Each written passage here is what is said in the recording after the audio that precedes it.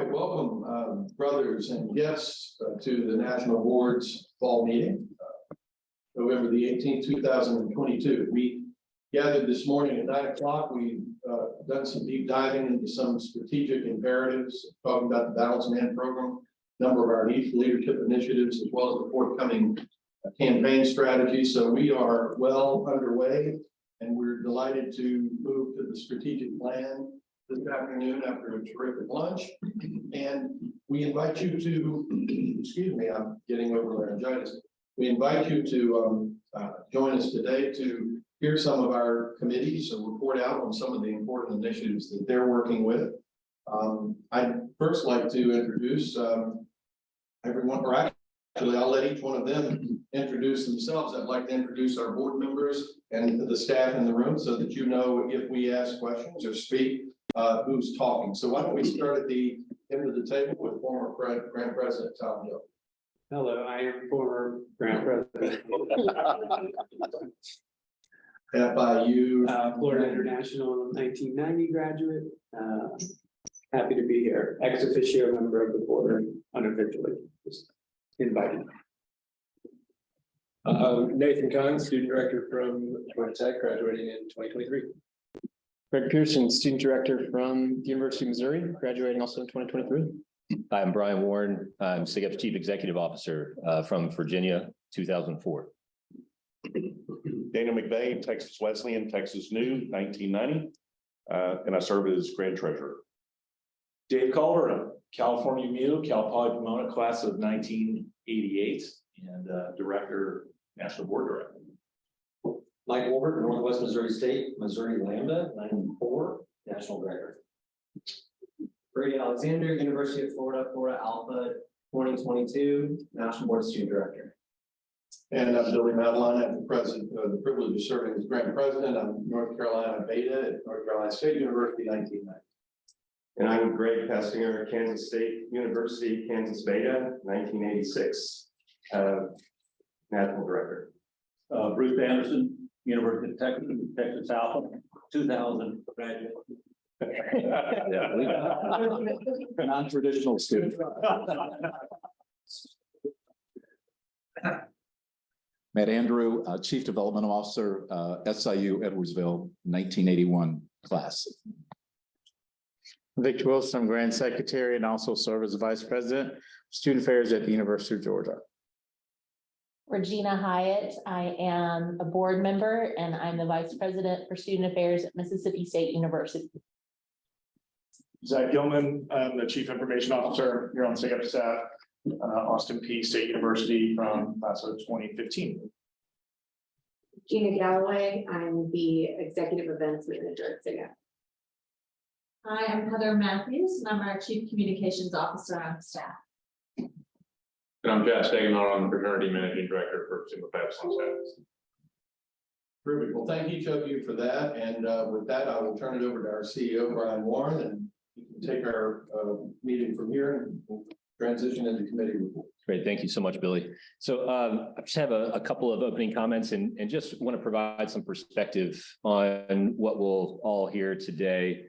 So this is one of our several opportunities to hear what's going on in the organization and remain up to speed on what's happening.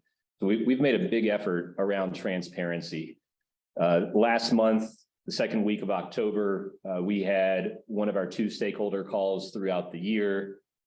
Earlier this year, as we kicked off a new fiscal year, we had a budget call, so a call similar to the stakeholder call that was focused entirely on the finances of the organization.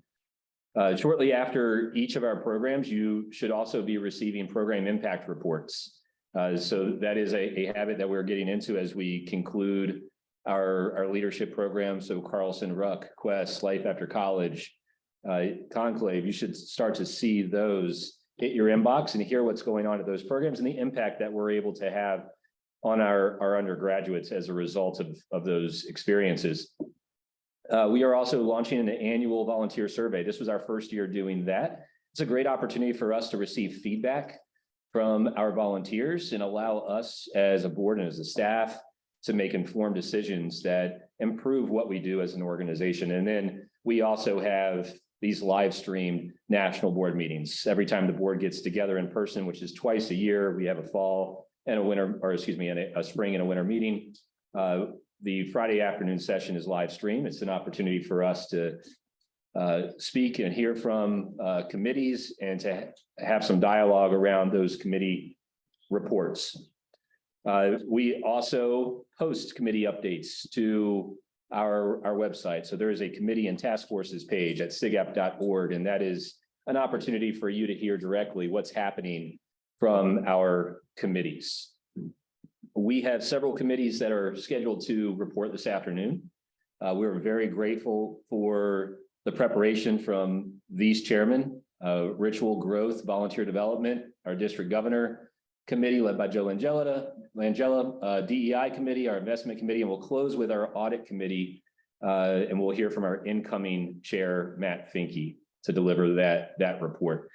But before moving on, this does not represent every single committee or task force that we have. Thank you to everyone who is on a committee or leading a committee for the work that you do for the organization. That work is absolutely critical to what we do and the conversations that we have at these meetings and the work that we do as a staff. Thank you for investing time in SIGEP and making the SIGEP experience a better one.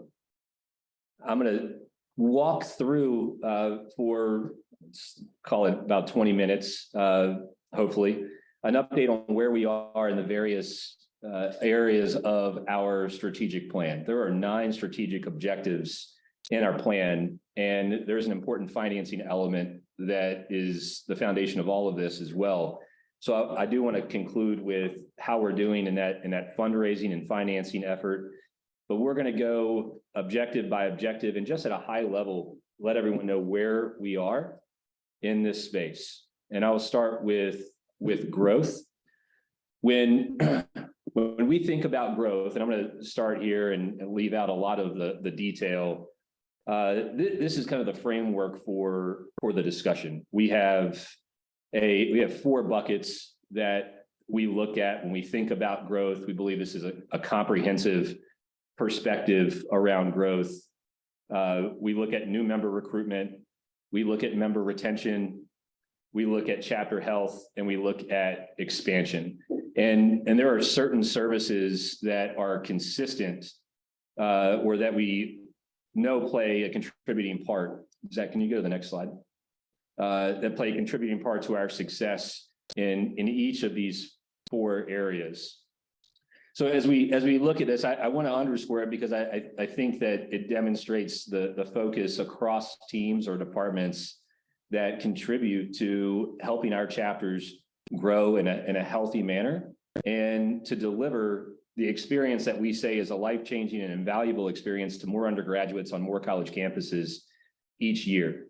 So this isn't growth for numbers' sake. This is growth to provide value to people. That's what we're in the business of doing, to provide life-changing experiences. And there's a lot that goes into it, and you'll see a lot or hear more from Eric Lauterbach, who's going to join us in a moment, representing our growth committee.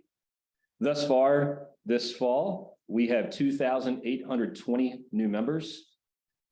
We have targeted to exceed 3,100 this fall. So we still have a ways to go to register some new members that we know have just yet to register this semester. We have a goal of 5,210 for the year. And so we are working with chapters to make sure they're hitting their goals and growing as a chapter, and as they do so, to provide a healthy experience to more and more young men on their respective campus. We've got about 97 chapters that have exceeded their goal, or excuse me, exceeded their performance last year. And we still have about 82 that are working to exceed what they did last year. 16 of our chapters have yet to report a new member due to some of the restrictions that may exist on their campus with when they can extend bids.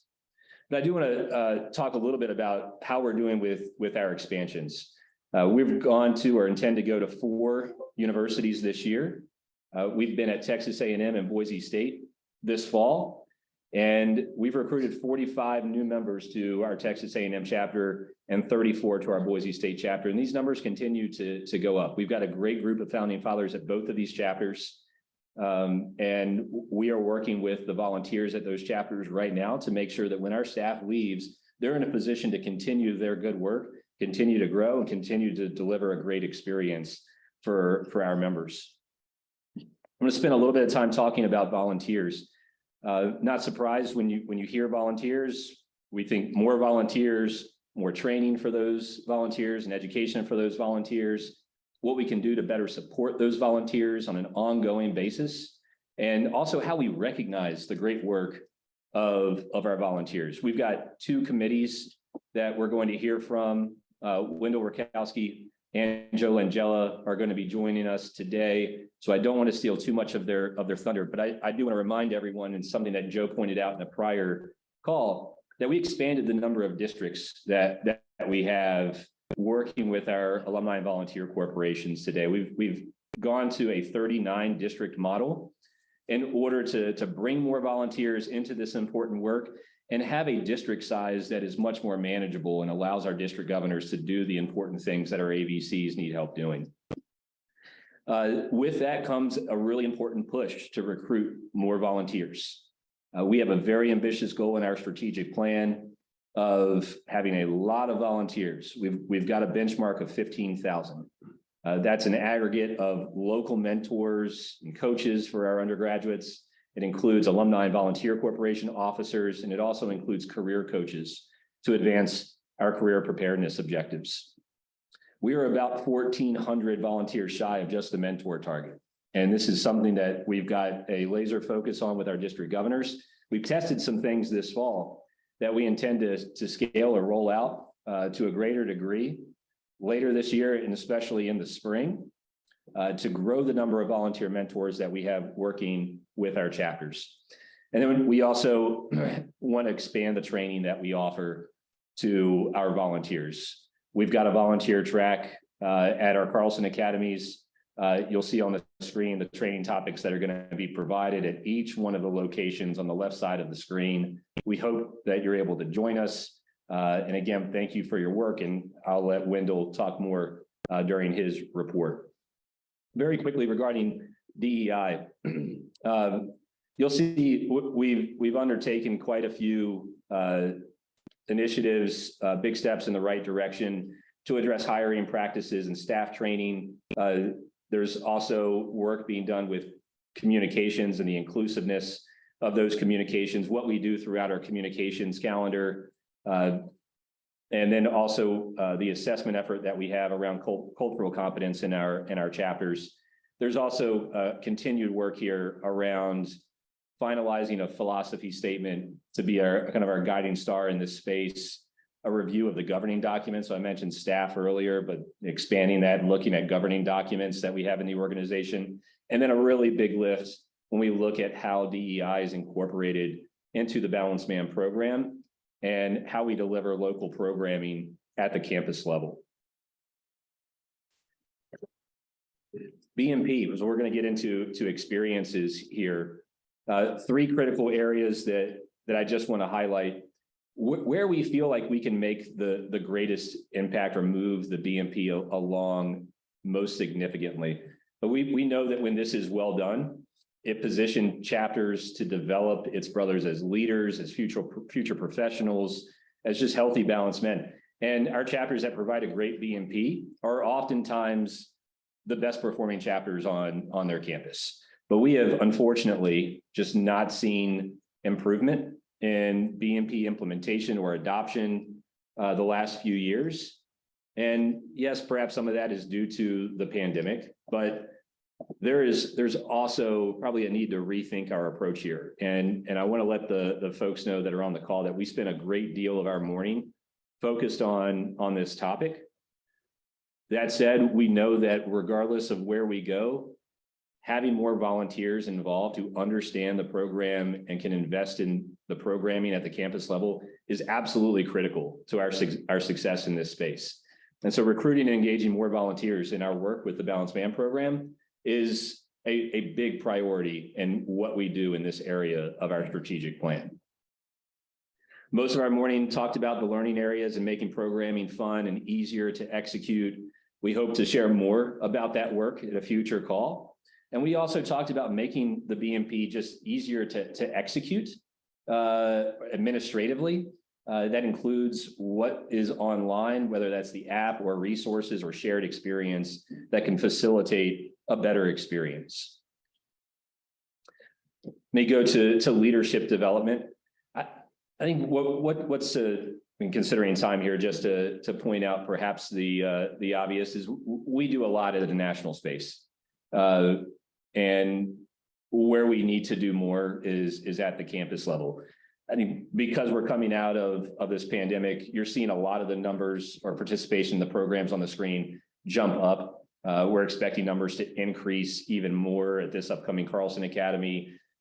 We just finished a Life After College and saw great attendance there. We saw a huge jump in Springboard attendance with 533 emerging leaders participating in that. But there's a lot of work that we want to do at the campus level to share leadership programming with more of our undergraduates. And that was incorporated into, that BMP conversation that I mentioned that the board had this morning.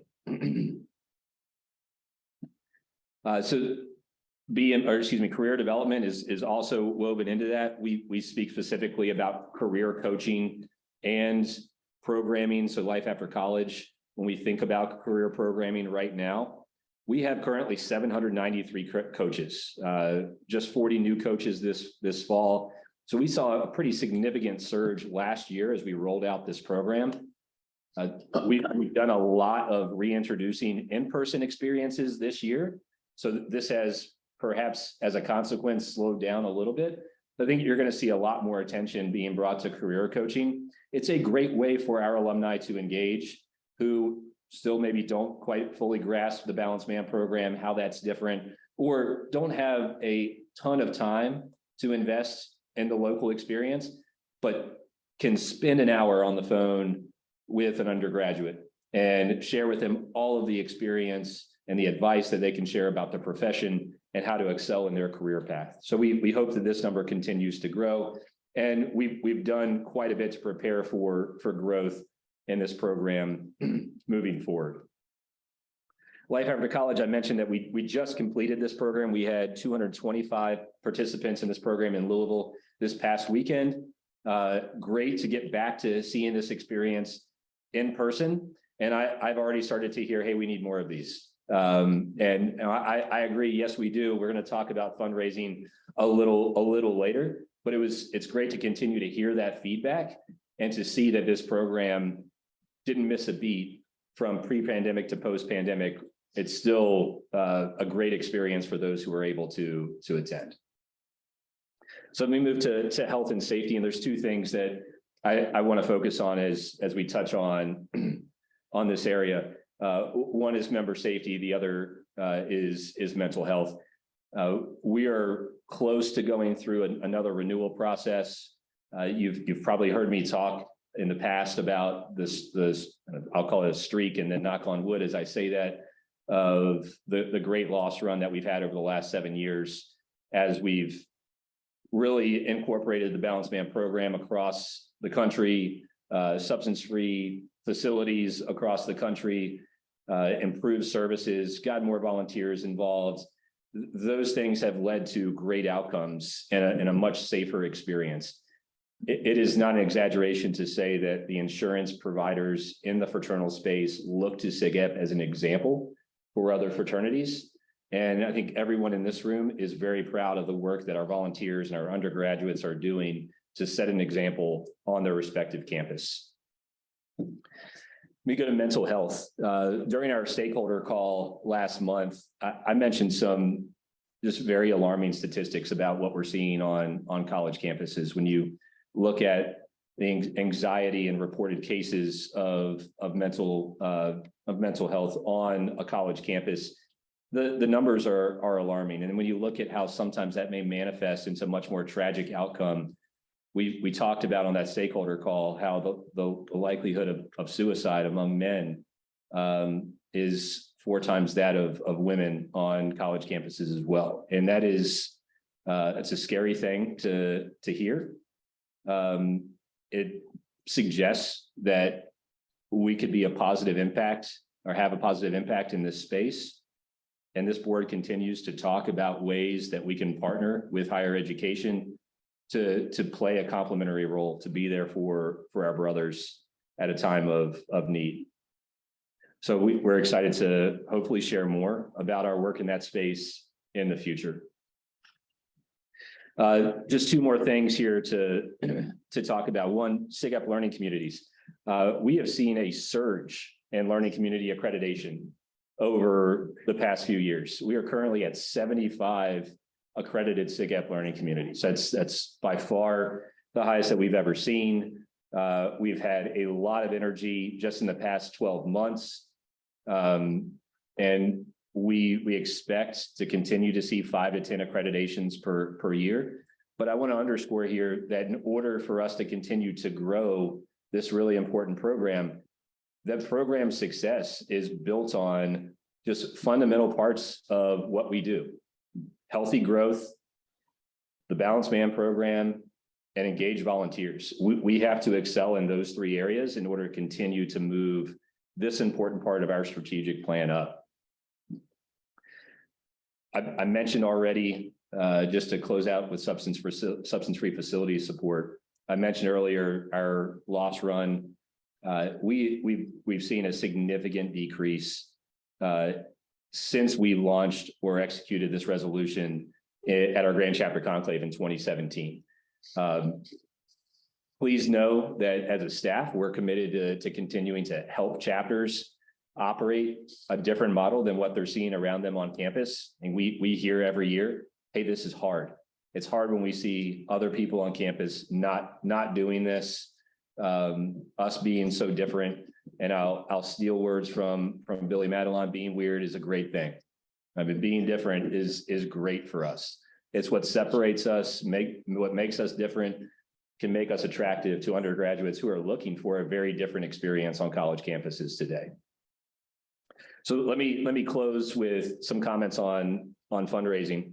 But this is how we finance a lot of what we talk about. And one of the critical parts of fundraising is Founders Day of Giving. We have had another historic fundraising year with Founders Day of Giving. We raised more than $1.1 million thanks to the generosity of SIGEP alumni and friends who see the benefit of what we do and why what we do matters on college campuses today. That's a 20% increase over what we did last year. And what we did last year was pretty daggone impressive as well. But we're very grateful for the almost 3,200 donors that made this possible. Especially grateful for the 106 captains who invested a tremendous amount of time rallying their alumni brothers and friends to contribute.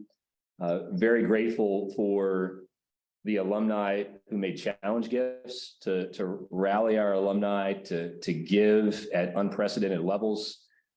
$240,000 in challenge gifts is 51% more than what we had last year. And again, what we did last year was really impressive. And even undergraduates, we had 7 very successful call centers, undergraduates that are calling alumni, letting them know what's going on, why their support matters, what it allows them to do throughout the year. And so very grateful for those undergraduates who modeled the way and ran call centers. We are still a little ways away from our goal for the year. The foundation set a goal of $1,575,000 raised. Again, that's an unprecedented number for the annual fund. But just with Founders Day of Giving, we found ourselves just under $500,000 shy of hitting that goal. We've got a lot of work to do, still 6 months of fundraising between now and the end of the fiscal year. We need to exceed this goal because, again, this is what allows us to do the work that I just walked through. It's a critical component to financing the experiences and the programs that we offer our undergraduates. So for everyone who's around this table who led with giving, I do want everyone to know that everyone in this room gave to Founders Day of Giving, gave at very generous levels. was a part of the challenge gifts that I've mentioned earlier. Thank you as directors for modeling the way and leading us to this goal. And also want to thank our SIGEP National Advancement Council and the volunteers who played a very important role in that work and made all of this possible. Billy, that's our update. Thank you, Brian. And before moving forward with our committee reports, the staff is recommending that the National Board pass 2 resolutions recognizing 2 significant accomplishments within our fraternity. First is to recognize the SIGEP National Advancement Council with a special appreciation for the leadership of SNAC, which is what we affectionately call it, under Chairman Scott Carr, UC Santa Barbara 86. It would not be possible to raise over $1 million without the kinds of help that Brian just sort of outlined. And Scott is invested in this, as is his committee, year-round. And it only gets better every year. And so the National Board unanimously thanks and recognizes the important work of the SNAC effort this year, and with an eye toward next year, which the old question is now what, right? What's next? It's exciting. It's exciting, and we just couldn't do it without the love and support of the SNAC committee. The second is recognizing the leadership of Jacques Vauclin, who's a member of our Davidson chapter in 1990. Jacques has been chairman of SIGEP's Audit Committee for the last 7 fiscal years. And this is his last year as chairman. His successor, Matt Finke, Truman State of 04, is going to be delivering the Audit Committee's report today. But we would be remiss if we didn't recognize the terrific commitment and the amount of skill and discipline that Jacques has brought to our efforts to make sure that we are an organization that's operating at the very highest levels when it comes to our transparency with our finances and how we handle your money. Our audit committee does a terrific amount of work under Jacques' leadership to make sure that we get clean audits year after year, and where there are exceptions or issues that they are addressed immediately and with very clean hands, so that this organization can run in the very highest ethical way possible. So again, thank you, Jacques, and the entire committee. And Matt, we say to you, we look forward to your leadership going forward in the future. So with that, I would turn it over to Brian to take us through our committee's reports today. Shockingly, we were right on time, Billy. I can talk a little bit longer. No, well, we're good. We're good. You guys. Zach, do we have Ben on? It looks like we do. Our first committee is the Ritual Committee, that's led by Ben Sardinas.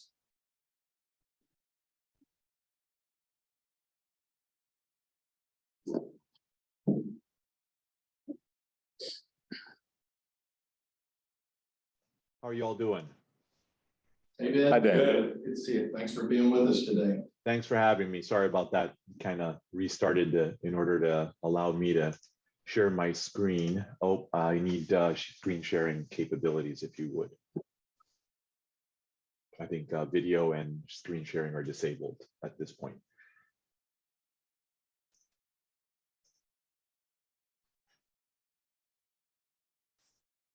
I know. There we go. That looks good. Hopefully you can see my screen now. Yes, sir. We got you. We're good. Fantastic. Wonderful when technology works, right? So hello, everybody. It has been a little under a year since we last spoke in terms of presenting an update to the board of directors. I wanted to go over what we're going to cover. So I'm going to talk about the activities essentially very quickly through how we got here in a membership update, and then activities since December 21, and really go into a little bit of detail in terms of the ritual restructuring, chaplain education, chaplain training, and ritual education. As you all know, I'll quickly go through this. We talked about this before. We've been charged by the Grand Chapter and by the board to do various activities related to restructuring the ritual, and in order to provide ritual education to the broader membership and to develop chaplain training to the chaplains at a national level. So the committees have changed a little bit in terms of Ritual Education Committee has been seated. They are meeting and working actively. Ritual Restructuring Committee has added 2 students since we last spoke, Greg Pearson, who joined us earlier this year, and Jack Larson, who's joined us recently, and kind of getting his feet wet in terms of what we're trying to do and where we're at. So what have our activities been since December 2021? The Ritual Education Committee has recruited its team. It has begun working on modules, and they are working with some subject matter experts. For example, and we'll talk a little bit more about this in detail, but on the ritual education side, there's a module on rituals, and they've included a paleoanthropologist. So it's an interesting mix and an interesting participation of both volunteers, SIGEP alumni, and outside experts that are going to help contribute to that process. We're really excited about where that's going. In terms of the Chaplain Education Committee, we published a survey to chaplains. We'll go into some detail on that later on in the presentation. Very excited, 58 responses. That's 30% of our chaplain population responded to our survey. Very excited about that. John Doherty's been working very closely with Pat Gittins on modules based on the survey, and we're deploying that at CLA. And we'll be soliciting feedback to see if we can get some continuous improvement going on that as well. And in terms of the restructuring committee, we've completed drafts of the restructural rituals and ceremonies. We have time coming up with the district governors at their meeting on December 18th, and we'll be on the CLA agenda to solicit a broader feedback from the undergraduates and to evangelize our message of the restructured ritual in anticipation of conclave. So a bit about ritual restructuring. Our effort focused on using the current Epsilon ritual as an initiation rite as it was originally intended. We built 2 new public ceremonies focused on lauding brothers for their accomplishments. So essentially, the focus has been on ensuring that we created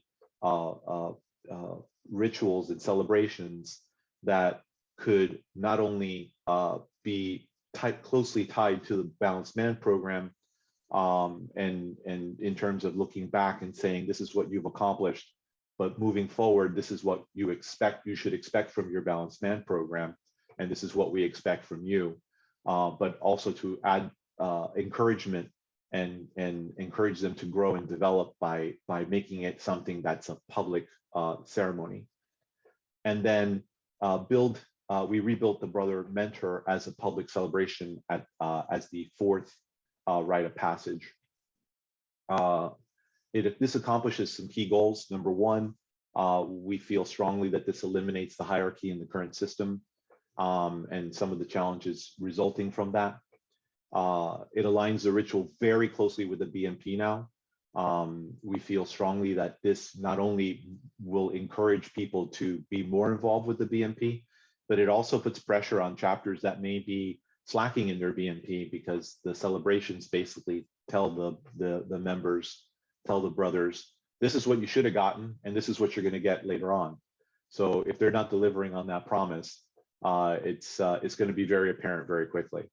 So we feel that that's an interesting byproduct of the restructuring. And further, we feel that this actually builds a stronger legacy connection in the sense that we're kind of going back to the future in terms of helping bring Epsilon to where we feel it naturally belongs, which is as an initial right that explains what we're about and asks the brothers to commit to a lifetime service of the endeavors of the fraternity. So what is the path forward for us? We'll be presenting to a broad audience for feedback. So alumni, volunteers, really focused around the district governors initially, and the undergraduates at CLA. So I believe that we're the current plan, and I think that's probably going to be the plan that we'll be executing on, is that we'll be presenting Friday night at the respective CLAs for an open session for anyone who's interested. So not just focused on chaplains, for example, this needs to go to the broader leadership. So we'll be encouraging potential delegates to conclave to come to give their opinion, as well as anyone else who wants to come and give their opinion. We'll be incorporating that feedback into in Q1 to prepare for the conclave. We've been working closely, we've been working with Ed Hammond and Gene Scherg recently on procedural and other questions. For example, given the current structure, we'll have folks that haven't necessarily gone through Epsilon or Brother Mentor, and they'll be reviewing materials. So we've opened a discussion and provided a memo to Ed Hammond and Gene Scherg for their feedback. And we're starting to work on how we can accommodate the proper motions and the proper mechanical, legalistic, if you will, motions that have to be put in order to allow delegates to see what they're going to vote on. We feel strongly that everyone needs to see what they're going to vote on before they do so. So they'll be given the opportunity to do that. We're also throwing around the idea of a ritual reading room, which could be the same room that's used for the ritual committee meetings, so that people can come in and read the materials, but we can still keep control over them.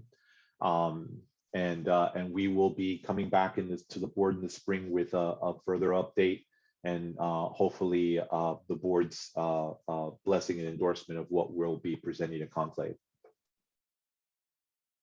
Any questions on that? I'm sorry, I'm going very quickly because I have a lot to cover. Hey Ben, this is Brian Warren. Sure. Could you share with us maybe in a little bit more detail what you're presenting at Carlson, what you're hoping to get feedback on, what you expect to learn, and how that may influence what you do? Well, I think there's two different pieces here that are relevant in terms of that we can get very, very good and relevant feedback from the undergraduates. Number one is their visceral reaction to the restructure, right? So we'll have to go into some level of detail as to what it is, what it means, other than just kind of arm waving about this goes here, this goes there, to actually walk them through what the ritual will look like. And then secondly, talk a bit about the logistics and the workload and the shift in the workload for the undergraduate chapters. This will require them to do a bit more work up front, but a lot less work at the back end in terms of performance time.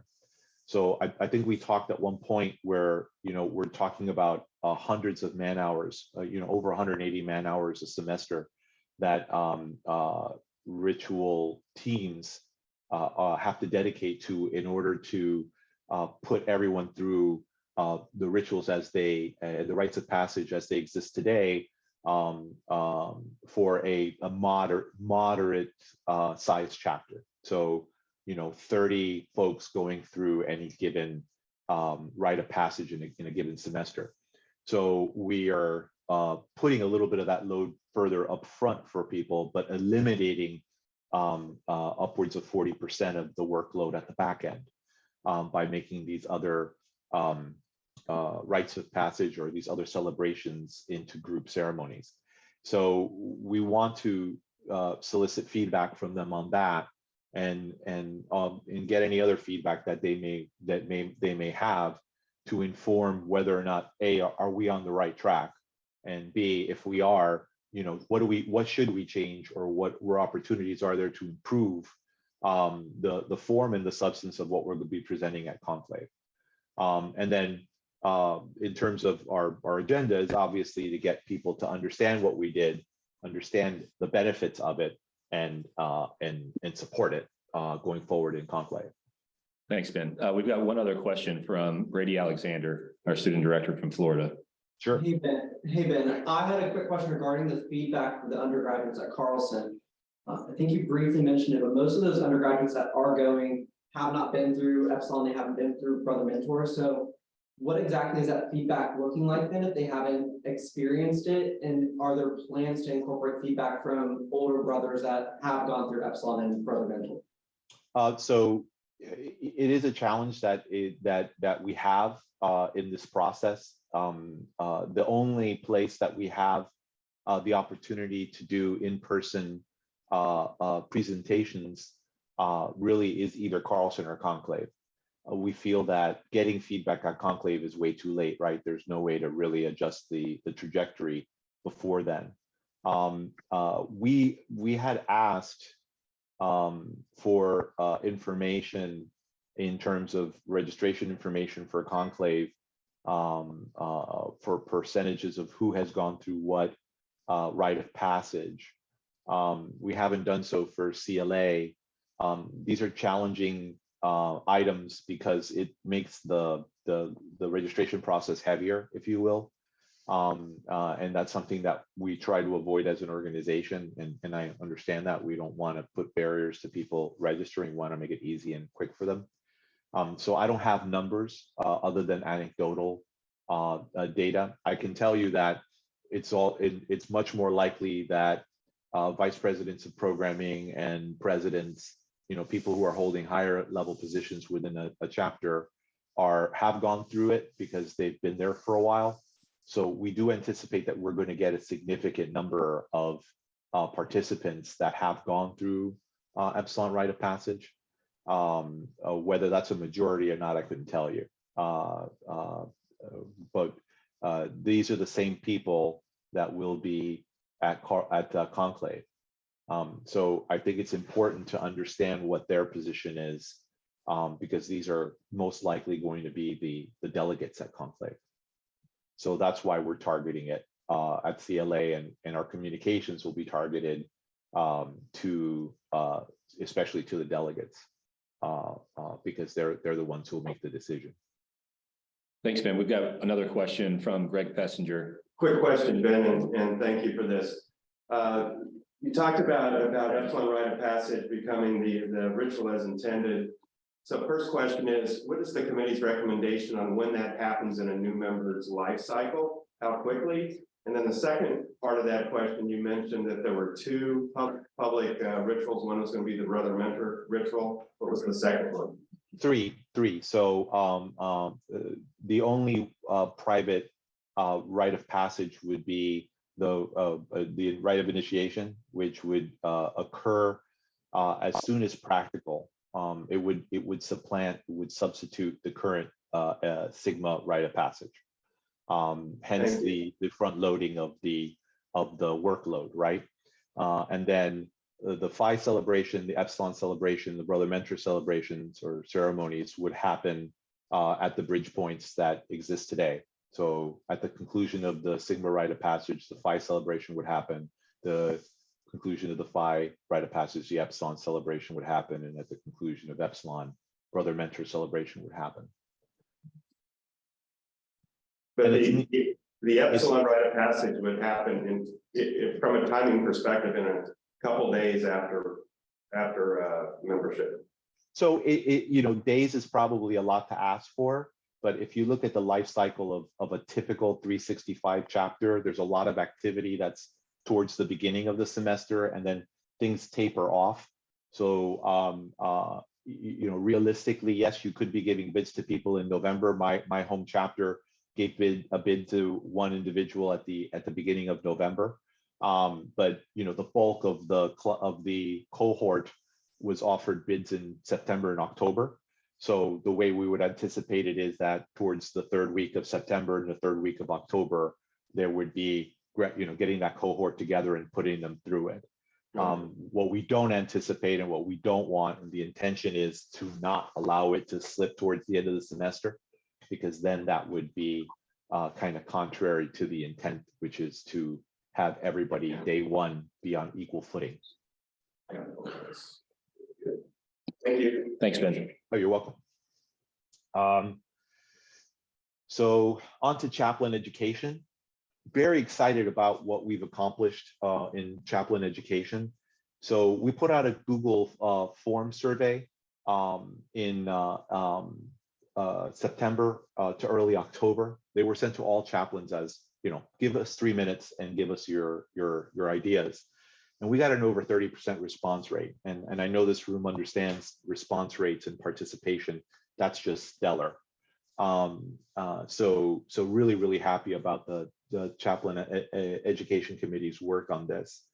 As a result, we incorporated that feedback and created chaplain education modules for CLA, which we've been working very closely with Pat Giffens on, and we'll be delivering at the upcoming CLAs. So this is real serious work done very quickly and effectively by both our volunteers and staff on this. So kudos to John Doherty and to Pat on really making this happen. I'm going to go through quickly some of the information. The questions that were asked, I won't go through the data, so don't get scared. There's a few slides, but we asked questions like confidence in performing your responsibilities today, and in terms of each area and what level of confidence they have. What responsibilities take the most amount of time and on a week-to-week basis, where they feel they would most benefit from receiving in-person training in terms of specifically what they would get out of Carlson. And I'll provide this deck to you all if you want to look at some of the numbers, and John's got details on all of this. Preference in terms of live synchronous virtual training versus pre-recorded. So some real data in terms of what would be most effective. We constructed it here as a word scramble graph, but you get the idea in terms of where they wanted focus and where they wanted us to provide instruction to them. And then, a few notable comments in terms of focuses, a lot of comments on bylaws and membership agreements, a lot of comments on mental health and brothers' mental health, guides. They're hungry for how-tos and being guided through how to execute things. And how they can take that information back to their chapters and utilize it and refer to it, reference materials. And then a lot of questions on conduct and how to best execute their standards boards activities. So we're very excited about this.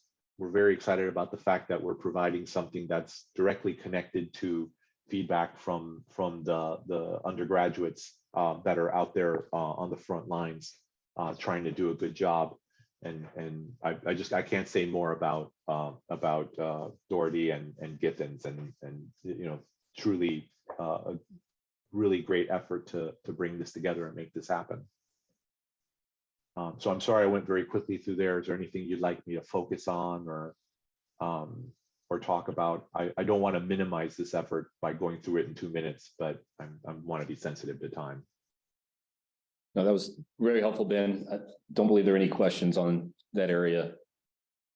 I'd love to see this as a potential model for other areas where volunteers can give their feedback. We have a lot of passionate, intelligent, and resourceful volunteers out there, and this I really feel could be a great way to accomplish this sort of thing. We'll see how it goes.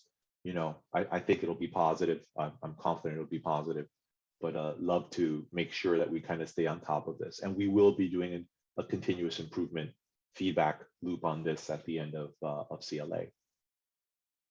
Great. Thanks for providing this deck to us. Very much appreciate that. And then finally, I just want to very quickly give you a little bit of information on ritual education activities. Talked about this at the beginning a little bit. We're working on various modules. We kind of talked about these modules probably to the previous board. And so I want to kind of just tell you where the areas of emphasis are. So we're working on this module with a cultural anthropologist in terms of why rituals and why we have them. We're also seeing if we can incorporate a program in terms of neophytes and brother mentors, which is a main alpha program or content. And then the areas that we've discussed before: virtue, diligence, brotherly love, oaths and our oath of obligation, life has a meaning and a purpose, and unpacking the quotations from the ritual. So the hope is to create, again, a set of facilitator guides that are simple, easy to use, 45-minute duration sessions that can be run by a volunteer, an experienced person, or by a chaplain or involved undergraduate leader to get people talking about these topics. So the concept is you shouldn't graduate from SIGEP chapter without at least having had a meaningful conversation with your brothers about these topics, so that you truly not only understand it and represent the brand correctly, which I think is a big part of what we should be worried about out there, but more importantly, that they understand this and that they have these concepts and that they have these conversations in order to better incorporate it into their lives and into their SIGEP journey as undergraduates and as alumni. So that's all I have for now. Are there any questions or anything that I can help out with? Just a bunch of head nods around the table, Ben. Thank you so much for your work. Well, appreciate it, and again, kudos to the team. I thank you, and I thank the Grand Chapter for having confidence in me and allowing me to work with some of the smartest people I've ever worked with, and very passionate people. I just can't say enough about Steve and Van and Joe and Brad, and it's a Greg and now Jack and John. I mean, I want to mention all their names because I talked to my son. My son's a charter member of Mass Iota, and he was a chaplain up there too. And I talk to him all the time about the fact that my committee meetings, we've had probably 50 since the last time I talked to you, because we meet on a weekly basis, and they are a privilege and an honor to be a part of. So I thank you all for allowing me to do it. Thank you, Ben. Thank you. Thank you, Ben. A lot of smart and passionate people, and Brad also. And Brad, yes. And Brad. All right, Ben, thank you for spending time with us. Really appreciate you sharing the deck with us as well. That's all very helpful, and we look forward to seeing you at Carlson. Thanks, Ben. Take care. All right, Zach, do we have Eric Lauterbach that's on yet? He's coming. All right. So next up is Eric Lauterbach, who is our chairman of the Growth Committee.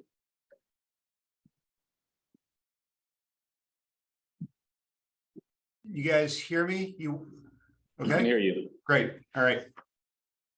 Perfect. So hello, I've got just a couple of slides to kind of talk through a little bit of what the committee's been doing. And then I'd also be happy to take any questions from the report ahead of time and just make sure we have a good discussion. If there's questions or comments, please fire away. But we can go to the first slide. There we go. Thank you. And I think Brian mentioned a few of these at the onset, but I guess I would touch on these as I think about growth for the fraternity and where the committee has been spending time. And I think there's really three components.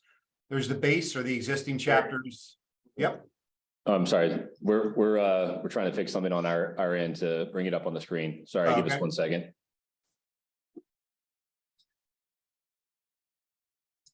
Zoom audience is seeing it. Zoom and see if we can't. All right. I can see it on my screen. That'd probably be Zach is hiding it from us right now. Sure. I can see it.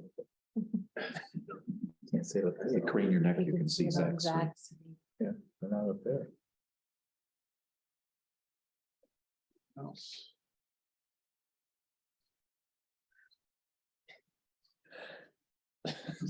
How are we even on this thing, Zach? looks good on my screen, Brian. I'm sure it's amazing. Yeah. Heather looks perfect in the template here. A lot of purple. It's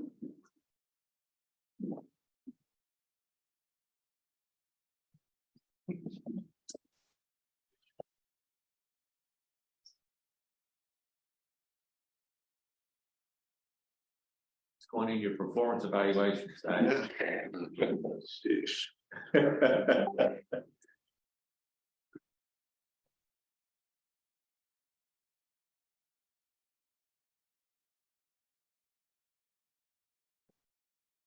Oh, there you go. All right. Good. We're up and running, Eric. All right.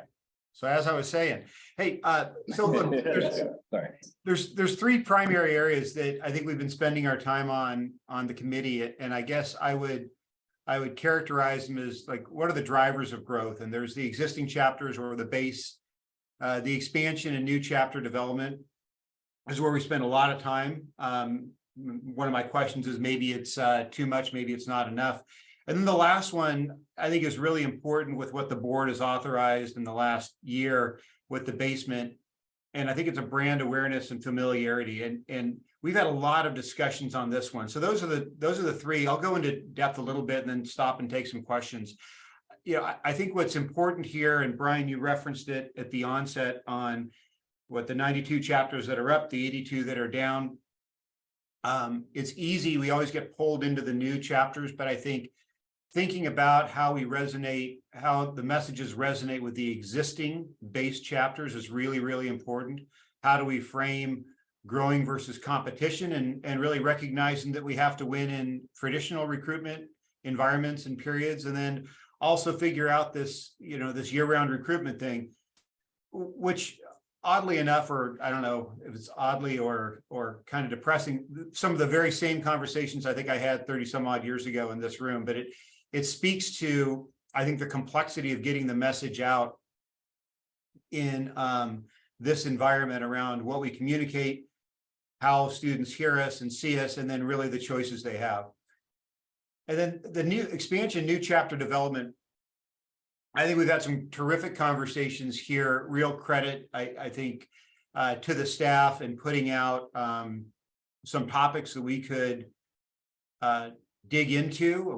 We've got I think a very effective process where the staff will send out numbers so we can take a look at where the funnel is, where are people converting, where are they not converting, and then we can dig into a couple of issues. So there's another theme here that the board or the committee has rather spent a lot of time on the numbers and the analytics, and I just think helping understand where the investment is paying out, where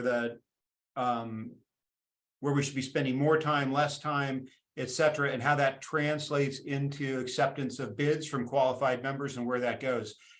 We do have, I think, disciplined site selection with a composition of a committee based on some criteria. I believe the board has seen that. And that's a committee that meets outside of the normal growth committee. I think good interaction on that, good, healthy, I think, agreement, disagreement, but at least this is one of the charges that Mr. Jelke gave me when he got me into the growth task force a number of years ago, is like, help us figure out what the criteria is. John Schuyler's done, I think, a terrific job on this. He certainly has a passion, along with some members of the staff. And then the last one, and I think a real credit to Heather, Heather here for driving this. This is really an important one to me and many of us on the committee. and I guess I'd have a message here for the board, and it's really one of, as we think about this, and many of us on the committee has been around longer than we want to admit to, but a little one of humility here, and just a recognition that people may not understand SIGEP as a brand, why we're different, why you need a fraternity. I think in my update or the report, I talked about being essential. I do believe that's the right aspirational mark for us to get to as an organization. We have to be essential. I'm a little, I'd say, clouded by that as my 18-year-old is going through the college process, and we've been to a dozen college campuses, and not one of them talked about the need for fraternities. Matter of fact, they talked about a lot of the stuff we talk about in SIGEP and the Balanced Man, but they do it through student organizations. So that's one that's very recent and near to me, and one that I'm really chewing on here. But the ability here to reach new members in their current format and language, and then how do we develop tools and resources for existing chapters to use, which goes back to the first point. And so I think starting on number 3 with, not that we shouldn't be proud of what we do, but we should assume that people don't know us. And if we do that, I think that's a healthier way to approach this. We may think and find things a little bit different. And that's been where the committee is, I think, dug in a little bit, and we've had some good debates with the staff. Let me pause on this slide, see if there's any questions or comments before I jump to the second one. Eric, can you talk a little bit more about the this concept of being essential? I think we have a tendency to maybe gravitate towards the development space and say, well, if we do more on the development side, maybe we fix that. Is it more so a communication issue and a marketing issue there that is the underlying maybe concern to fix or address? Yeah, so my perspective here, Brian, good question. And I think it goes back to the market research we did at the onset. We asked the question, so why aren't people joining fraternities? And as they talk about what they want, we actually found out that SIGEP, in theory, had a lot of what they said they wanted, but they couldn't see it. So I do think it is at its core marketing and communication. And I think about that as a parent, with an 18-year-old going through, as he is making choices, where do you choose to spend your time, and what are the real key elements of that college experience that you need for the current 4 years and then the 4 years past that? And it's I'm reminded, first of all, my 18-year-old's a heck of a lot smarter than I was at 18, and it's a much more complicated world than when I was rolling onto the Santa Barbara campus then. But they're just asking different questions, and I think there is a lot of like, okay, so what's in it for me? There's an element of the fun and the camaraderie, et cetera, but without making it too complicated. So the question to me, I think when we started with the task force, is how do we make this easy to understand, easy to do, and not daunting? And I think, if I think about that in a business career with a business lens, it is around brand familiarity. That's around being known, being trusted, so you understand there's a consistency of what we're going to do, and it's really approachable. And so I think that's probably where, if I go all the way back to the beginning, Heather and Zach, I believe it was you at the time, gave us a whole bunch of data. We dug through that data on the task force, and you came away saying, hey, look, I don't know that we need to reinvent the mousetrap, but we need to better be able to articulate it. And we don't have as much time. We're not going to drop a binder on somebody. So when we talk about forms and language, we've got to translate that to a medium with a student body that is used to getting stuff and making decisions in, 30 seconds, 15 seconds, a minute, versus spending the time to read it. So I do believe it's marketing. I do believe it's communication. And candidly, and I think this is a real key takeaway that I'd want, the board to hear from this, I think this has to come from the outside, from an external lens and an external push. And so I appreciate, as does the committee, the carve out for the basement from an external group. I'm a big believer in getting outside feedback, whether it's marketing research or something else. Now we have to do something with it. We have to test it. We have to learn, et cetera. But I'm also reminded that I think the way to crack this nut, Brian, on the communication and marketing is we have to have somebody who's not us listening to it and helping us translate it. Because I'm reminded again, having been away from the fraternity experience for a number of years now back in,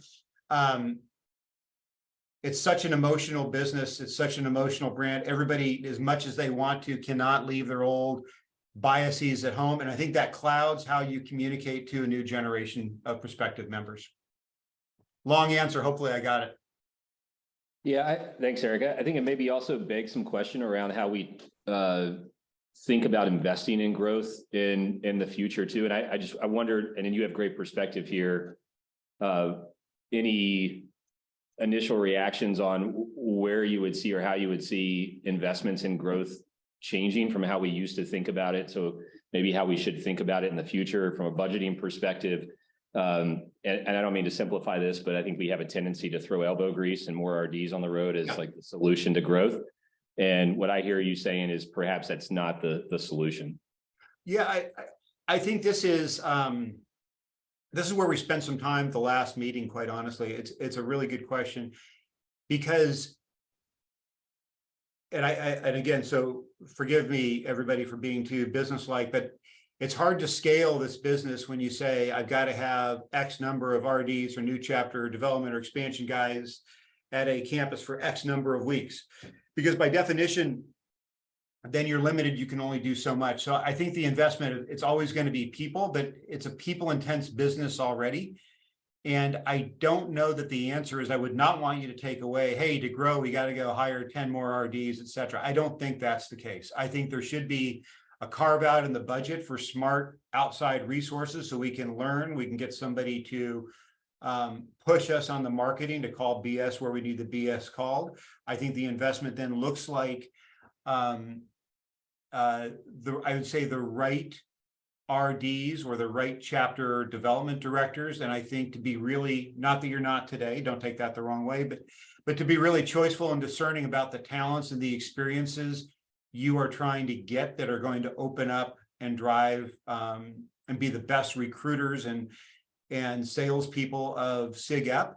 There could be, just thinking aloud here with you, there could be a different pay structure, there could be a different incentive structure, right? I mean, this is, if I reduce it, and I'm not trying to minimize the experience, you're talking about people that can go create membership, which is going to create revenue. So how would you incent those people? How would you hire them? What does that profile look like versus something else? So that could be one area of investment. But I don't think it's as simple. It's not as linear as just people on campus. I think what we will see through this as we get the tests out here in the field, and I know Heather will speak to you far more articulately about that tomorrow than I can today. But I think it's a mindset, Brian, of we're going to test, we're going to iterate, we're going to learn. Some things are going to work better than others. Some things are going to fail. You can't let, my opinion, those failures stop you from pushing more externally. I think it's really important to fail quickly and to pick up the pieces and move on. And so I think that's a little bit of a mindset where, yes, we're always have to manage ROI, but look, part of the ROI, you're going to get there by stuff that doesn't work. So I wouldn't be afraid to do that. We used to say in previous companies, we're wasting half of our marketing budget. We don't know which half. So I don't mean to be flippant about that, but you got to give yourself some room to say, yeah, I'd probably spend 10 grand differently next time. I just add that this was a really robust conversation with Dutcher on the last call. And I think he and Chad was on it too. I think the takeaway was like, okay, the two expansions this fall worked well. That business model may have to scale. Right? So if we say we want to go to 10, we'll just make that up. Sure. But so you're telling me we're going to hire 20 people and drop them in? That was the budget. That's it. That is the budget. Yeah. Yeah. I think to build on Mike's point too, that the challenge with people, if you're wrong there, that's a lot messier to clean up, right? And I wouldn't guide you to make a permanent choice on that, because that's a lot harder. Then you've got management structures, you got a whole bunch of stuff that goes with that. I think you got to get the right core. And then how do you wrap the investment around them, whether that is a marketing agency, external awareness, sponsorship on campuses. You know, Trebetsky has always been floating this idea. How do we go to a campus and start with a leadership conference and define SIG Ep as a fraternity with leadership before it's defined as a fraternity? You know, I think that's the kind of thinking I would look at. There could be a, you know, if we're opening up a new store, a new coffee shop or a new store here, there's a opening expense budget, and maybe the expansion budget at a college is X amount of dollars to sponsor events or to do something else. That may be the case now. That would be an example of where I would carry that. So you're not just tied to people. I think the old model is you're tying it to people. It's a people business, but it's not scalable. That I think the committee is in violent agreement on, and that would be the concern.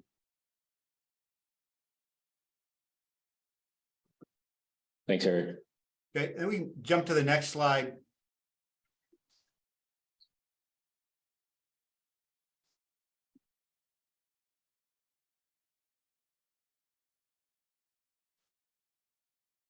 All right, we're looking at it. Okay, I'm not looking at it. All right. Updated, Zach.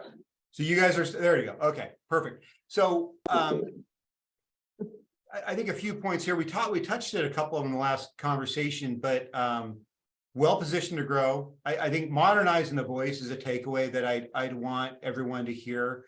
And I think that is really the value of the basement. I want to be really clear, like you're not going to get it right at one point in time on the first go. And everybody's not going to like it. And frankly, if everybody likes it, I think you've dumbed it down and you've made it and you've wasted your money. So it should really cause people to think. I had an old boss that told me that good marketing makes you uncomfortable. I would, you know, kind of challenge the staff and the board to let the agency make you uncomfortable here. Test some things. You're not going to put it on a billboard. You'll put it on a digital medium. If it's wrong, you take it down and you move on. But I think modernizing the voice is a real key takeaway from the Balanced Man materials as we looked at those in years past and said, you know, the concepts there, we're just not talking about it the way the students today hear it. So Brian, to your question on or comment on marketing and communication, the growth mindset. I think you guys have done a great job with this from what we see. I think, you know, Brian and Zach and Matt, if you're in the room, I think and Chad, the way we're talking about numbers at the onset of the meeting and the real, I'd say facts and results feel a lot better to me now than they did 18 months ago, which is good. And I think the question is, how do you look at the numbers, dissect the important ones, not worry about the other ones, continue to make choices around your priorities. And part of that is choosing what not to do. And you know, we had we had discussions on that over the years. I do think you've got limited resources. You have to choose where to put those resources, whether it's an existing chapter, whether it's a line item in a budget, whether it's an expansion chapter. Last point here we talked about was continual iteration while scaling. Like you got to be okay to fail and something, and that's okay. You know, just don't make the same mistake twice, but I think you get the point. Third one on investment, I really think for the board here, I'll continue to beat on this. Budgeting support for external ideas and perspective. Market research, I think it's really the opportunity. I think it's a necessity to push us out of the old tapes a little bit. You may do nothing with it, but you got to get the facts and then figure out where to go. And you know, where we're going to spend our time as a board is really helping the staff evaluate what works and what doesn't work, and how do we do more of the former and less of the latter. I think we've had some really good dialogue around that with the meetings the last few times, where we just take one or two topics and we just kind of beat them up a little bit. And it's helped us, you know, my perspective here, and I think a couple of other folks on the committee, you know, we can listen, we can provide then perspective in from our business lives as much as the fraternity lives. And I think that's where we can add more value to the staff and the organization right now. Those are my only two slides. I don't have as many as the other ones. Chad told me to keep them down, which is good. I'm not a big slide guy, but I'd love any comments, questions, you know, thoughts, whatever time we have left here. Any questions for Eric? Well, I don't have questions, but I will say that I've sat in on some of these meetings and it's, I think Eric and his committee and the staff support, this is going to bear fruit. It's going to change the way that SIGEP faces its audience and faces the world. We talk a lot about telling our story. It is complicated, to say the least, our story. We're different. And it's hard to figure out how to tell your story consistently the right way inside of a branded, comprehensive marketing strategy. Eric and this team are helping us think through that. I think we're going to be really happy with what we see at the end of this process. It's sausage making right now. There's stuff everywhere, lots of information coming in, lots of things I think making us wonder why we've done what we've done for as long as we've done. That's all good stuff. Yeah. It's all really good stuff. So I want to thank Eric and the entire committee for the work that they've done, because it's going to bear fruit. Greg Bessinger has a question, Eric. Hey, Eric, Greg Bessinger here. Thank you very much for this. Any idea of when chapters will start to see some of the output of the basement, just so we can get it into test and see if it has any actual pull? I'll probably defer to Heather with the exact time. We're talking the spring. Actually, I'll get it wrong. So Heather, can you bail me out? Yeah, so we're doing a deep dive, like a couple hours, I believe, in the morning, but high level for the folks on the phone. High level, we're piloting throughout the spring. Okay. And so we're going to work with hopefully 20 chapters, a mix of year-round recruiting. They know how to do that. A mix of they're learning how to do it. A mix of typically deferred recruiting, and then also a mix of, hey, they start in the spring to identify men because they do the predominant amount of their recruiting in the summer and early fall. So really trying to get a mix of chapters, mix of type of chapters, as well as work with chapters that can help be advocates and help be ambassadors for this philosophy and for recruitment marketing. So that pilot's going to take place in the spring, and we're finalizing. You'll actually see examples of the resources in the morning, but we're finalizing those. I was on right before the reception. I wrapped up at 5:30. Was on a call for about an hour and a half, going through to get feedback. So I'm excited to share that. Awesome, thank you. Eric, we also have a question from Bruce Anderson. Hey, Bruce. Eric, can I get a couple pounds of the Major Dickinsons? Absolutely. I would have thought that your host there would have had the right coffee on property, but Yeah, that's one of our comments that we've already made to him. yeah. I will say this, I do not have it, and that's unfortunate, because like you, it is my favorite. Mine too. Yeah, if I had more people that were that everybody's a favorite of it, but we should have a $10 billion business now. Bill, you know where I am. Give me your address. I'll send you some. I'll tell you this, Eric, it's not easy to get out here in North Carolina. Every time I go to the store, the damn stuff's out. So you got a supply chain issue. If only you knew a good coffee salesman. Yeah. Eric, if you can, what have we learned from the 2 expansions that have been so successful this fall? Yeah, really good question, Bruce. I think I believe we called it the preheat, John Schuyler did, which was how do we get out to campus earlier? I think the funnel was bigger of prospective students at the beginning. I think they probably picked the sites a little bit better with a little more forethought. And, Matt, check me here.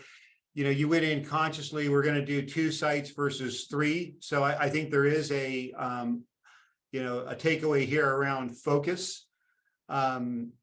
I think the staff has been really good, and I have to dig up the old spreadsheet, but I think there's more maybe, and I don't want to misspeak here, but I think there's a lot of scrutiny around looking at the tools and the topics and what's working and what's not working and reacting a little faster. I don't know from memory the amount of time or duration when the staff was on site, but a big part of what we tried to talk about, it was really last year, was we need to start ahead of time. So it goes back to the familiarity thing. So when the staff gets to campus, there's a little bit more of an understanding and awareness, and they start with a different spot. So I think we got a little bit better at the preheat. And I think there's been a greater emphasis on generating more awareness at the top of the funnel. I think the acceptance rates and the conversion was, I'm trying to think of the two, were higher than in the past. So we were also looking at how many do you get? How long is it taking to get to a bid? What's the continual contact with the members, prospective new members? And so I feel better about the process. Maybe that's a long way of saying it. I don't know whether, Brian, anybody on the staff would want to chime in there. You're closer to it than I. I think you hit on all the points, Eric. I've been very happy with the execution of the guys on staff this year. They've done a great job. So I think there may have been better preparedness, but certainly better execution from these guys. Heather? I would say too, it's because growth is everyone's job, and we really do look at it that way on staff. There's much more collaboration. And so you see in the preheat, for example, this week, you've got a marketing team member, Matt Dutcher, a startup guy. They're going to Western Michigan together. They're meeting with professionals together. They're fundraising together. They're looking at opportunities for marketing together. And so it's a really collaborative effort, one on where are we going to find people? How are we going to drive leads? And we're looking at it as lead generation versus simply like we're going to recruit people, right? They understand that concept in a way that maybe they didn't in the past, and it's a collaborative effort. So you have Guillermo, who you know well, doing paid ad marketing, organic marketing. Their social media sites are set up a year before we get there. We're doing email marketing. Like I just reviewed an email that we'll send to all alumni in the 5 states surrounding, looking for referrals, looking for volunteers. So we're, I think, as a staff, approaching it collectively, collaboratively, so that it's not just up to one guy. And how many can he recruit with his smiling face and great personality? We're looking at lead generation really. Hey, Eric, we got a question from someone who's listening in right now, Eddie Ganella, who's a past staff member. He asked, how does the BMS play into our growth plans? Just wondering if you can comment on that as chairman. We're certainly surrounded by staff people here who can chime in as well. Yeah, I'll tell you, we have spent, I think it is still integral to our expansion plans and a tool that we need to modernize and support, because we do continue to believe that the ability for the chapters to break outside of defined recruitment periods is where we can create separation and we can get a better quality of student and control more of the message. I will tell you that we have spent by design, I think, less time on the individual tactics around the Balanced Man Scholarship. I don't think it's any less important today now than it was before. But I think the bigger takeaway, and Bruce, maybe to your question too, is how do we help the chapters define their ideal target and reach new members before the new members see other fraternities? And so I think the Balanced Man Scholarship and that mechanism is still a key part of how we want to go forward. But we've spent from a committee, a lot less time on the specifics of it. Final question, at least for me, is there anything in the template or the approach that you guys have taken that says we would not be happy with a new chapter at perhaps a smaller school that's a strong 35 to 50 member versus trying to shoot for a 70, 80 person chapter? I think it's a great question. This is, when Jelke called me, this is the first thing he said. So, when John put the committee together, the criteria, we probably should have shared that slide, but maybe next time we can. 60 was the number that we looked at, because we looked at 60, the ability for a chapter or a campus to sustain 60 men year in and year out, provided with the numbers we looked at the most consistency for growth and over the time. So I think this is the age-old question, and it goes back to, limited resources.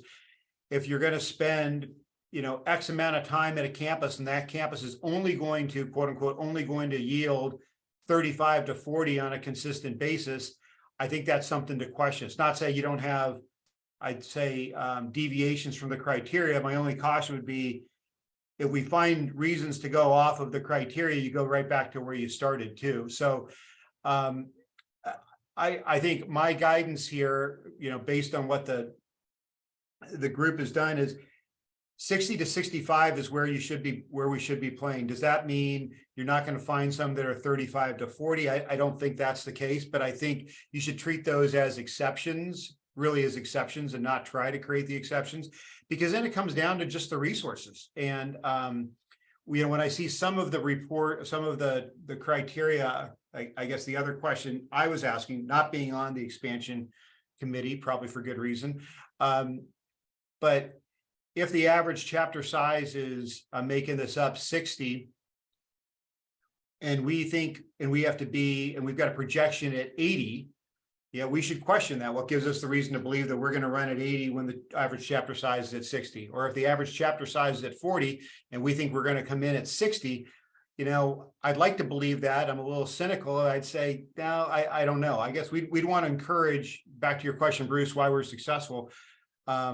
We do want the growth mindset. I want to make sure that the base chapters continue to grow and you don't try to make all the growth on the new chapters, because that's just not going to be as healthy of long-term sustainable growth. So I would probably, and I don't want to get myself in trouble here or undermine anything else, but I would probably try to shy away from new chapters in the 35 to 40 as a rule. And maybe, if maybe there's one or two a year, but if there's 4 of those and only one that's going to project out to 60, I don't know that that's going to get us where we need to go. So I am on this expansion subcommittee. So Matt Dutcher is providing us with comprehensive analysis for each. So we just had a call when we reviewed 5 schools. That includes manpower of every fraternity on that campus. Information about housing, if there's any, gives us information about the volunteers. Is the ABC still operating? Is it not? And we go through every one of those. We give a rating of 1 to 5, and then we talk about that as a team. And it's been a good process. But there were a couple on there. Okay, we're saying we want to be 60. The average fraternity on that campus is not. So it's not an absolute, but it becomes a topic of conversation. Harry, Nespresso Berturo.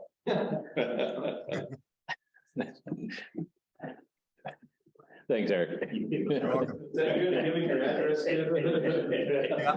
You're surrounded by a lot of Pete's fans in here. At least that's a good thing. That's good. Next time we'll get some coffee to your meeting. Thank you. Yeah, we're going to need it. Really appreciate your time with us, Eric. Thank you. Thank you for what you're doing. Thanks everybody. Good to see you. Have a great weekend, buddy. Bye-bye. Thanks. You too. Thanks, bye. Thank you. All right, the next committee that we have is the Volunteer Development Committee that is chaired by Wendell Rakosky. Looks like Wendell is on. There. Here we go. You wouldn't realize I worked 35 years for a high-tech company trying to figure these things out here. Well, it's a good picture. That picture looks 35 years ago. Thank you very much. I appreciate that. You're such kind. So kind. We were expecting Frank Sinatra. That was. He will be showing up later. So. Hey, thank you for giving us opportunity to give you the update. Here's real quickly what I want to talk about.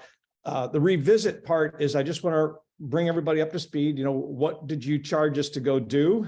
So it's pretty much the first 2 bullets there are a little repeat of what we talked about before.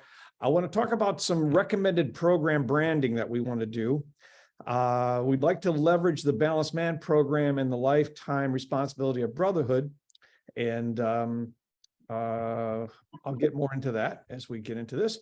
What we've done to date, what we need to do, and boy, what do we need from headquarters? So here we go. But as I always say to the team, nothing is really finalized. This is a dynamic process. Things could change tomorrow. So this, just a reminder, our strategic objective was to develop a comprehensive training program that supported this new strategic plan. And on the left there are the components to success. The ones with the little funny dots are things that we have completed. The items on the right are what we believe are key deliverables in order to deliver this to you. And again, the funny dots are what we've completed to date. And before the presentation's over, I'm going to give you an update on this chart. So, but this is really what we use as our roadmap to guide us to our recommendations for the board. And these were the 6 components that we decided we wanted to put into our development program: a required core training program, an elected targeted skill program, some type of way to certify or recognize people who've gone through the training. Also discuss and recommend something new on volunteer recognition and evaluation, volunteer community support, and program delivery. So those are our 6 program components that we're focused on right now. This chart I showed you at the last meeting, and this gives you an overview of what we've come up with, and that is that we want to have 8 core training classes, and they're stated there. This is core training that we would expect everybody, did I say everybody? Everybody to go through. We want everybody to have this foundational training, whether you've been a new volunteer or one for 40 years like myself. Then there would be elective training, and it just is exactly what it is. It's elective, and then you go through a program and become certified. Between my last update and today, the committee got together and said, let's leverage the Balanced Man program and make this the Balanced Volunteer program.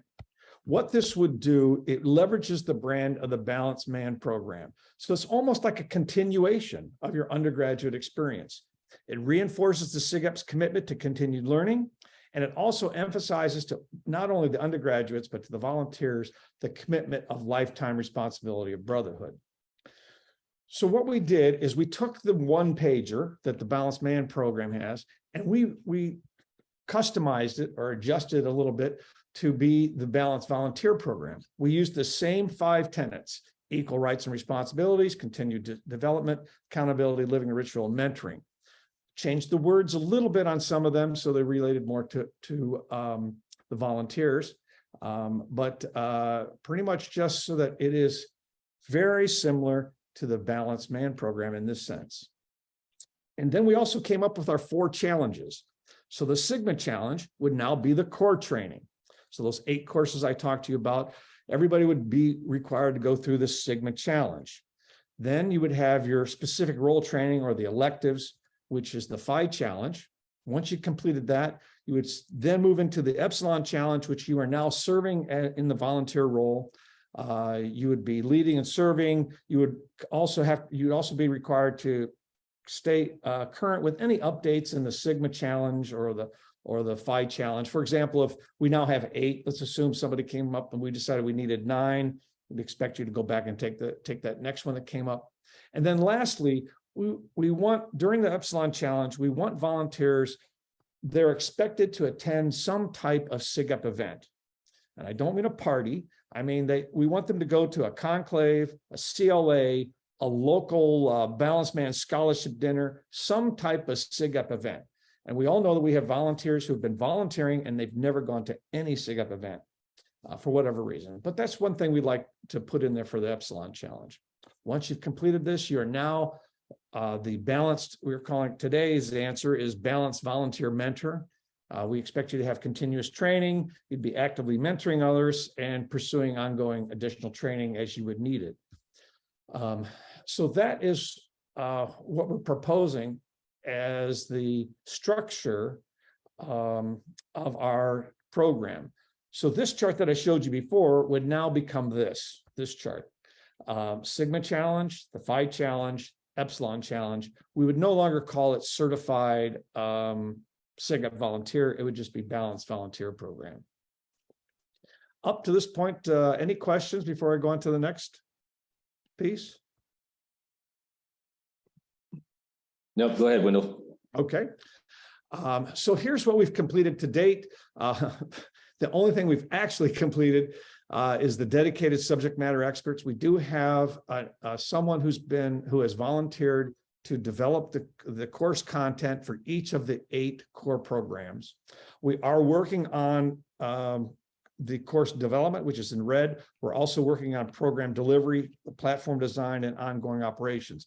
I'm going to talk about that in just a second here. So for example, the deliverables in process, Brian right now is overseeing the course development with the 8 courses that we have. We are coordinating with headquarters and Heather the announcement for the 2023 CLAs. And we're also maintaining communications with other headquarter committees, district governors, rituals, et cetera, so that they are aware of what we're doing. We're also in conversations with Zach regarding program delivery and ongoing operations. So, but there is a lot more work to be completed on this. This chart Brian put together to help guide us on what we needed to do regarding the programs, or excuse me, the 8 courses. He has identified, as I said, he has identified the subject matter experts. We expect to have the content created in early December and ready for in-person delivery at the 23 CLAs. Right now, we also expect to have a video version, but our target date is later in the year. I have March on here. I'm going to talk a little bit more about that in another chart. But this, again, not expected to go through this chart, but just to show you, this is a work document that we're using to keep ourselves focused on where we need to be. So what's next? We have phase 1, which is really the launching of the Balanced Volunteer Program concept and the Sigma Challenge. I mean, the phase 1 would be just the Sigma Challenge. We expect to have in-person training ready for the 23 CLAs. And then phase B would be online video training. This is going to be a little more tricky. And so we want to first have a test period with a sample user group. We're going to put a group of folks together and ask them to go through this online video training and just help us work out the bugs on that. Phase 2 would be rolling out of the PHI Challenge. It will not be that whole list of classes. There'll be a select courses available that we hope to have available by Conclave. And then the last phase is the Key Volunteer Recognition Network support. We hopefully will have something ready for Conclave 2023. As the other chart said, there's a lot more work to be completed. This is a big project. I don't know who convinced me to go do this. I think his name was Brad. But the whole team is excited about where we're headed right now. So what do we need for short-term needs from the headquarters for success?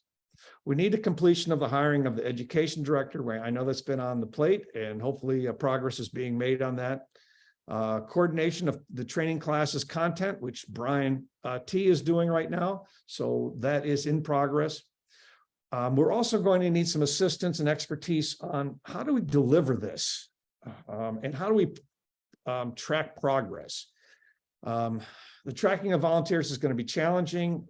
We expect to have some type of manual process, not what you want to have, but that's what we're going to probably be starting out with. We're exploring how we can leverage some of the other technologies that we have. We do know that the program will rest within MySigEp, so that is good. We'll be able to have video capability through MySigEp. Sometime in the future, it is not going to be 23, okay, but sometime in the future, I expect the committee to come back and ask for some investment in automation.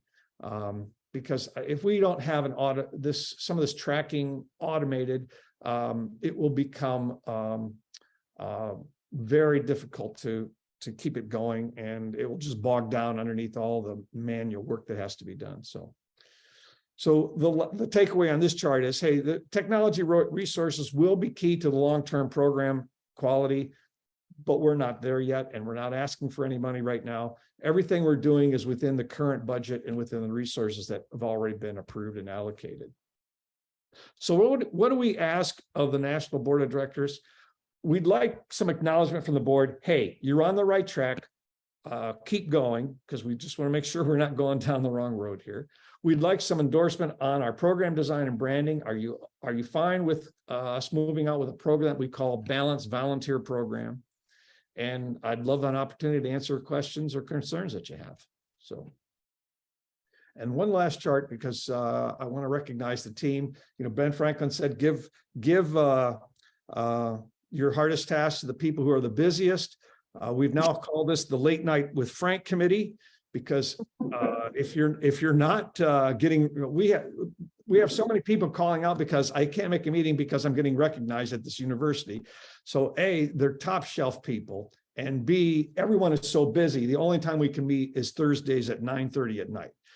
So I don't know why Brian always brings a martini, but that's a whole other story. That's not true. He does not bring a martini. So, so what questions can I answer for you? Wendell, this is Greg. The accreditation part, is that just the eight initial modules of the whole program?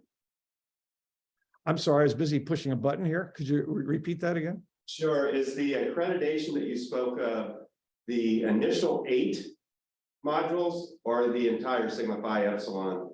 So yes, so you would become, you would get to the final challenge and become a balanced volunteer mentor after you finished all the challenges. That's today's answer. Thank you. Now and we expect that each of the 8, all of the courses, but since we're talking about core training right now, each of the core training classes would have a simplistic quiz at the end, just to make sure you paid attention as you went through the training. So it's not intended to be a stumper. It's intended to be, hey, did you hear the key points that we wanted to bring out? Thank you. When we've spent a lot of time this morning talking about the importance of volunteers to the Balanced Man program and the development of our undergraduates. And I'm wondering if you could speak maybe more directly or specifically to how what we're talking about doing in this development effort for volunteers would actually impact and propel our success with chapter level BMP work. I think the key point would be that the undergraduates and the volunteers would see a continuity of training as they come in through the Balanced Man program, and they see that there's also a Balanced Volunteer program. We've never turned to the volunteers and said, hey, we want you to follow these tenets. I mean, we have, but not in a formal way. So I think there makes a very direct connection between meaning undergraduates, my individual development as I go through my life journey with SIG-Ep. Wendell, I love the concept of the videos, you know, the 8 core, and I love how we start with the history of SIG-Ep, and then how to communicate with, you know, across generational lines. I mean, that y'all nailed it on that. I really like that. Thank you so much. Thank you.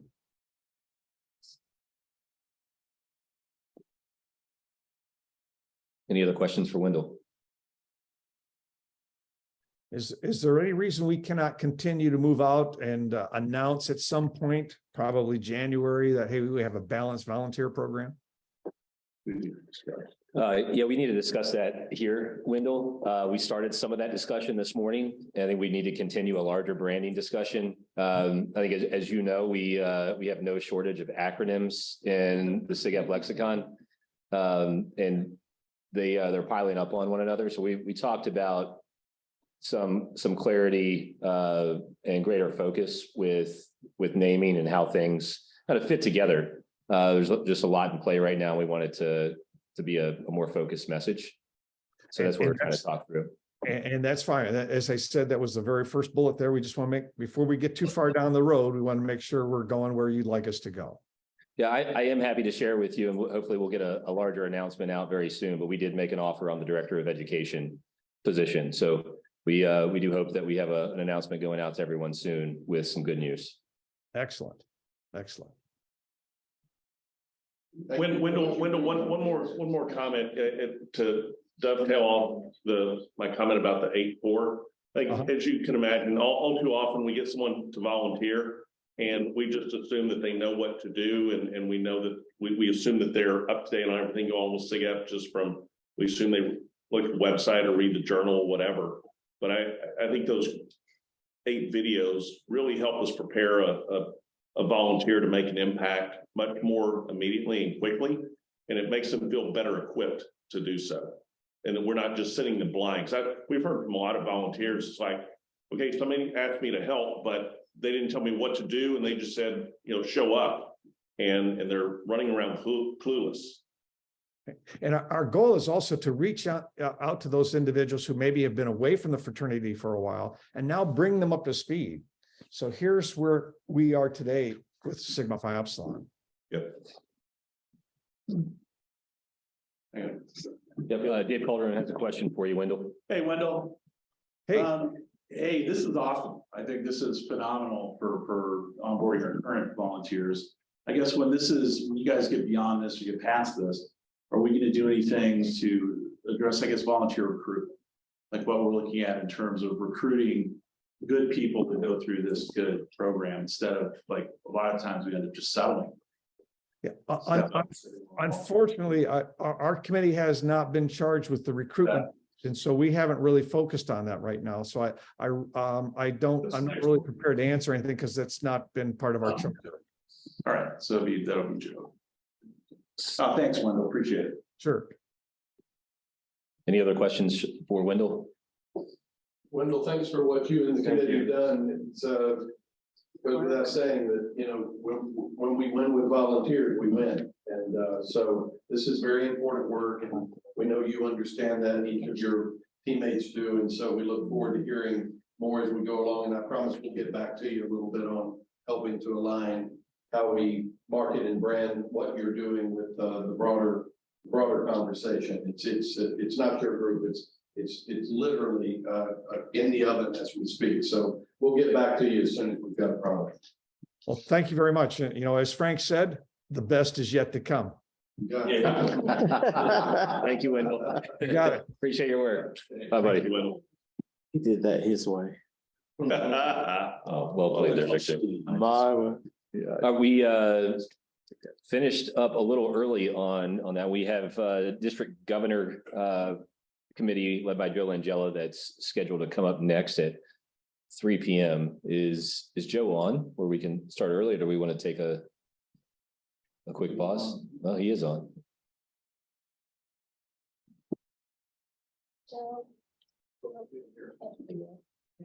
Can't hear you, Joe.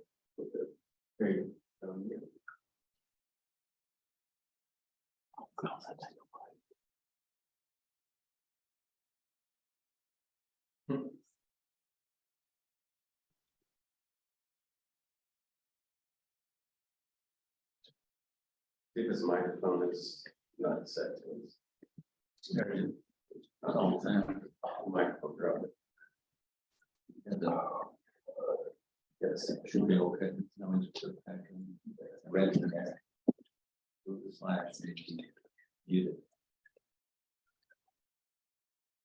No, we still can't hear you. Sounds good. Can you unmute that? No. Is.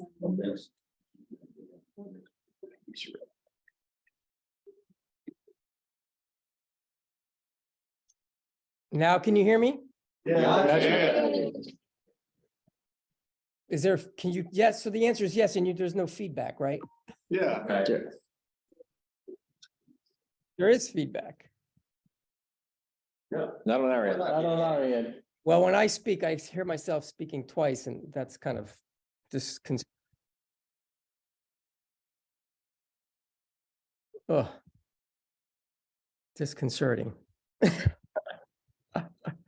Let me see if I can solve that problem.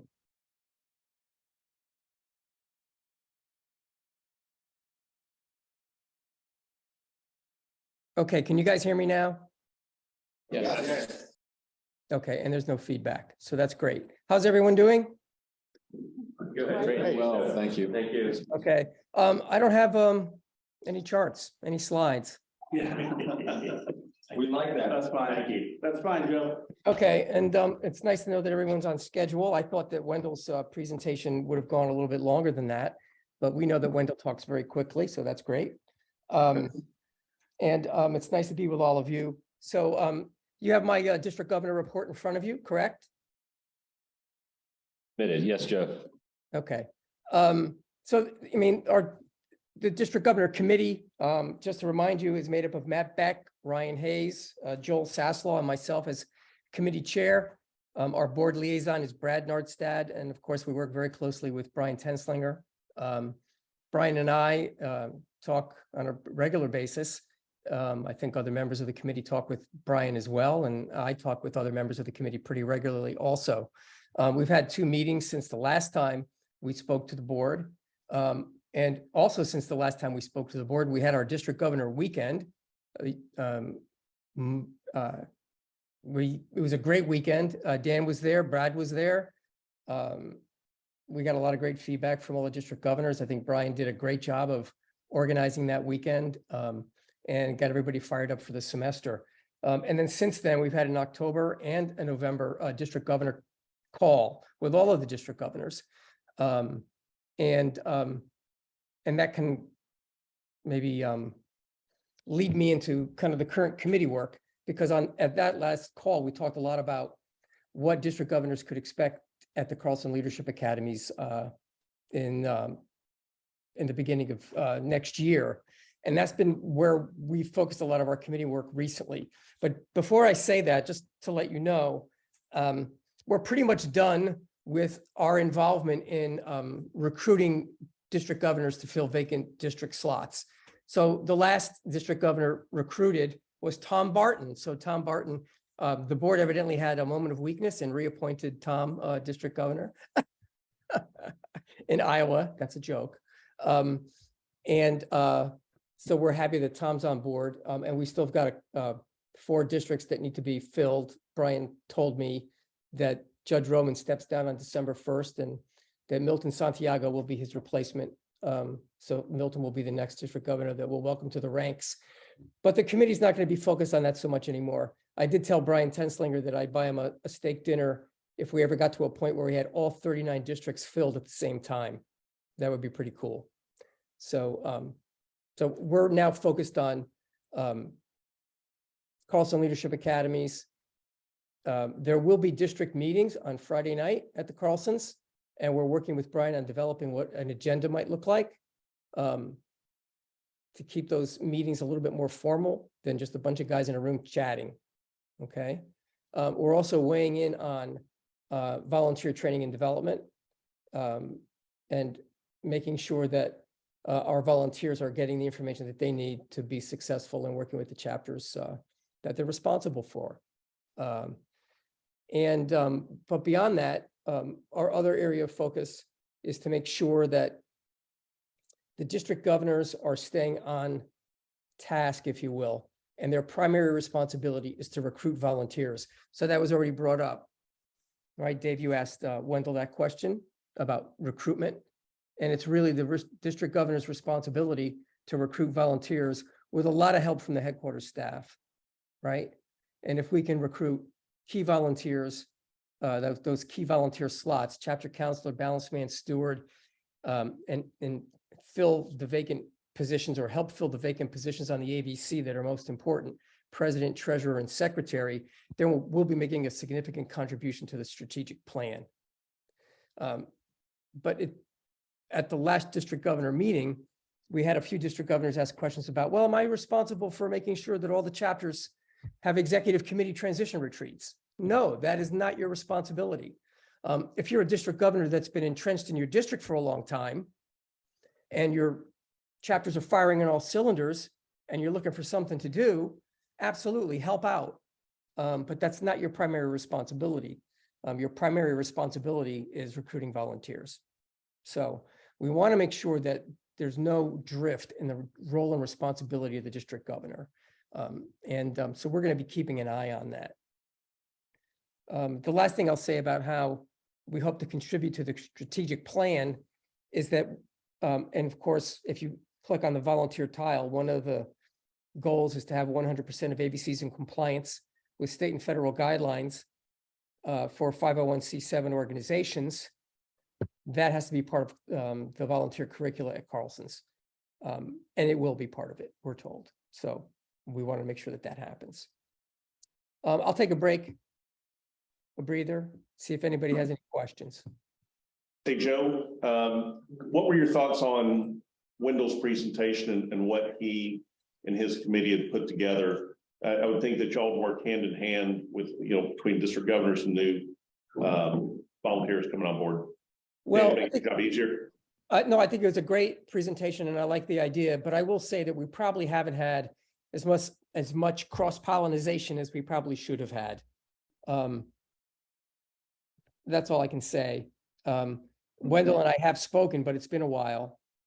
And it looks like that they took a different turn by comparing this program to the Balanced Man program, right? A little bit. That's new to me. We didn't weigh in on that at all as district governor committee. I don't think it's a bad idea at all. I think it's an intriguing idea, a good idea.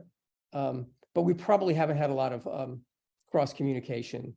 It's been minimal at best. Hey, Joe, it's Greg. You got an idea? How many new volunteers this year? Oh, it's Brian T. Are you on the line? He's not, but we can bring up a Salesforce report to Thank you. tell you. It was reported to us on the district governor committee call that we did on November 9th. So that number's out there. It's probably needs to be updated.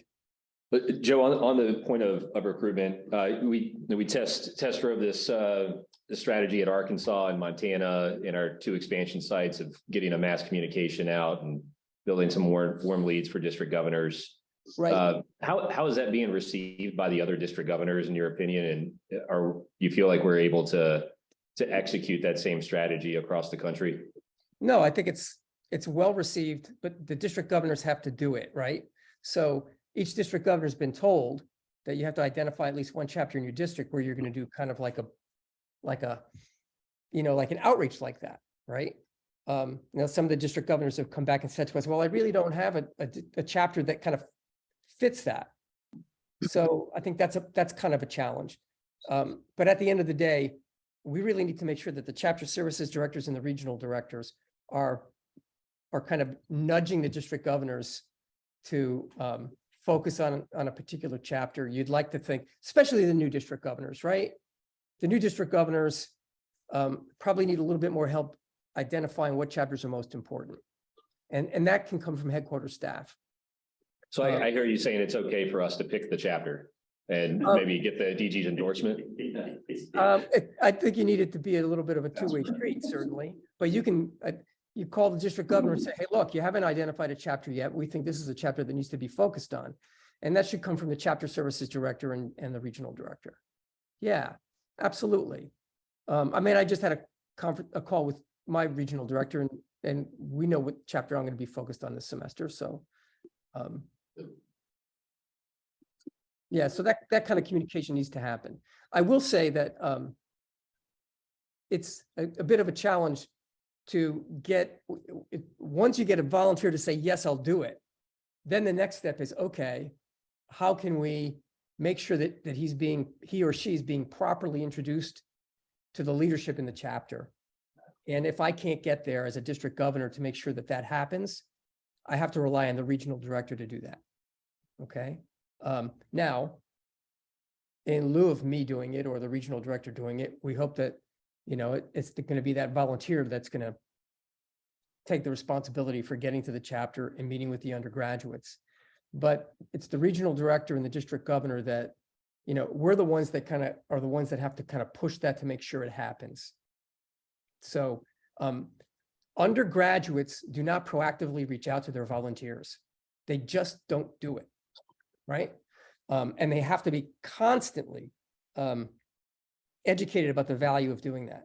I did a meeting with our Penn Tau AVC, and the undergraduates are all there. The undergraduate officers were all there, and not everybody had the chapter counselor's phone number. Not everybody had the chapter counselor's email address. Not everybody had the Balanced Man Steward's phone number. Not everybody had the Balanced Man Steward's email address. The same thing for the AVC president as well, right? So that stuff has to happen, and it's really up to the regional director to make sure it does.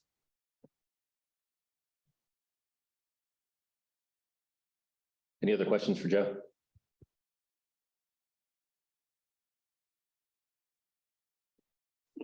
All right, Joe, thanks so much for joining us this afternoon. Great. Thank you, guys. Appreciate your work. Thank you. Thank you. Have a good weekend. Yes, you too. Happy Thanksgiving. You too. Enjoy it. Thank you. Brian, to build a little bit on what Joe talked about of the numbers that were presented, those are gross numbers, I'm assuming. Do we know what kind of net, I mean, is there any way to capture a net? Like, here's our new volunteers. Did we lose any? Did we track like losses, or is that? I know we were building that out. Are we able to share that at this point? Not yet. That's something we're getting ready to build out, and when a volunteer leaves, we're also gonna add in a feedback loop component to ask them, like, what was the reason you decided to leave this volunteer position? Was it, burnout? Was it time commitment? Was it something to give us a little bit of indication of what we need to improve upon there as well? But we don't have an understanding right now, but it is difficult. You add 300 and you lose, 50 to 100, right? So. And that's why working on that retention side really is going to help us. Yeah. But so if someone were to move laterally in the organization, so let's say they go from being a chapter counselor to being an ABC member or whatever, that wouldn't change anyway. We wouldn't count them as a new volunteer. That would just be a. No, so we would. You're able to describe this in much better detailed language than I am. But we would separate a role change from a unique member that has re-engaged in the organization. So that the way that Zach made it. Are real numbers. Those numbers really are. Yeah. And Zach would probably be able to tell you too, like number of roles that have increased or changed. But, So and that's different than unique. 15,000 by 125 by 2026. 2026.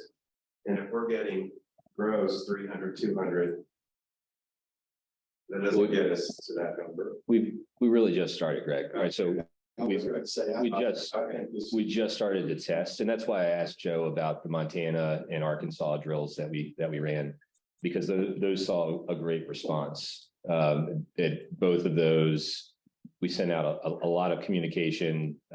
We got what we called 14 warm leads at each. The district governors, Bill Shell and Greg Steve, walked through. I had phone calls and meetings with each of them, and tried to plug them into a role that was a good fit for them. And so we've taken a similar approach here to the way we think about undergraduate recruitment. What do we do to create a pipeline of warm leads, people who are genuinely interested in helping our undergraduates? And then how do we get them plugged in the right way? And so much of this is going from cold calls to warm leads and communicating the need from the right person to get someone interested. We've also. So help me with the process. So we send out marketing and so forth to get leads. Who was targeted then? Was it members of a chapter in that area or within a geographic? Was alumni of that particular chapter. Now we're also working on how do you pull a list based on geographic location if we're looking at a local presence. So we can run the play different ways. Within 100 miles of Fayetteville, whatever it might be.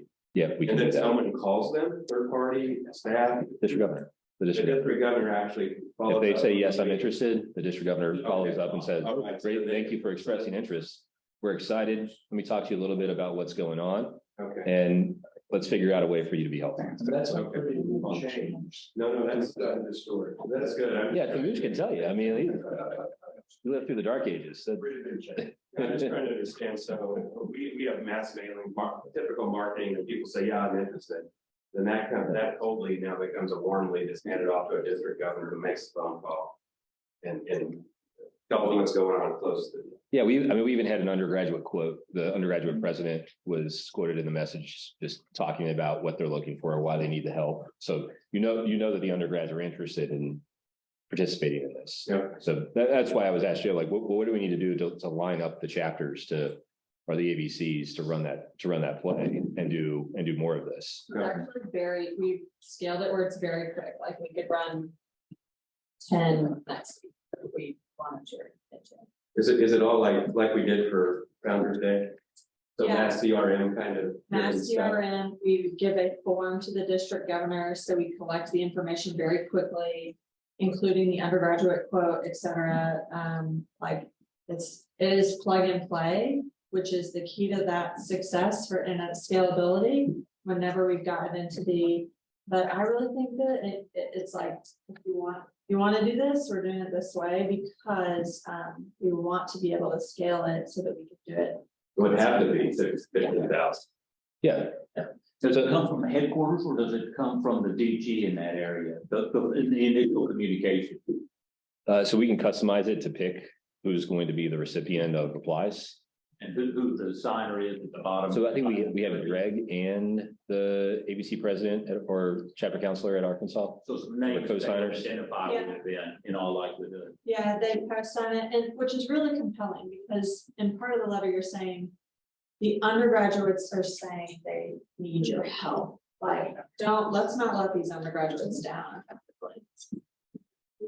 So back to Heather's comment about scale too, is Zach has also helped us build this. So if an ABC wants to run the drill itself, that they feel like they have the ability to do it, they can. So in this instance, if a district governor says, well, I've got all 4 chapters that could do this, I can't manage all of that volume, we can figure out how we share some of the responsibility with an ABC if an ABC says or a member of that ABC says I can do it.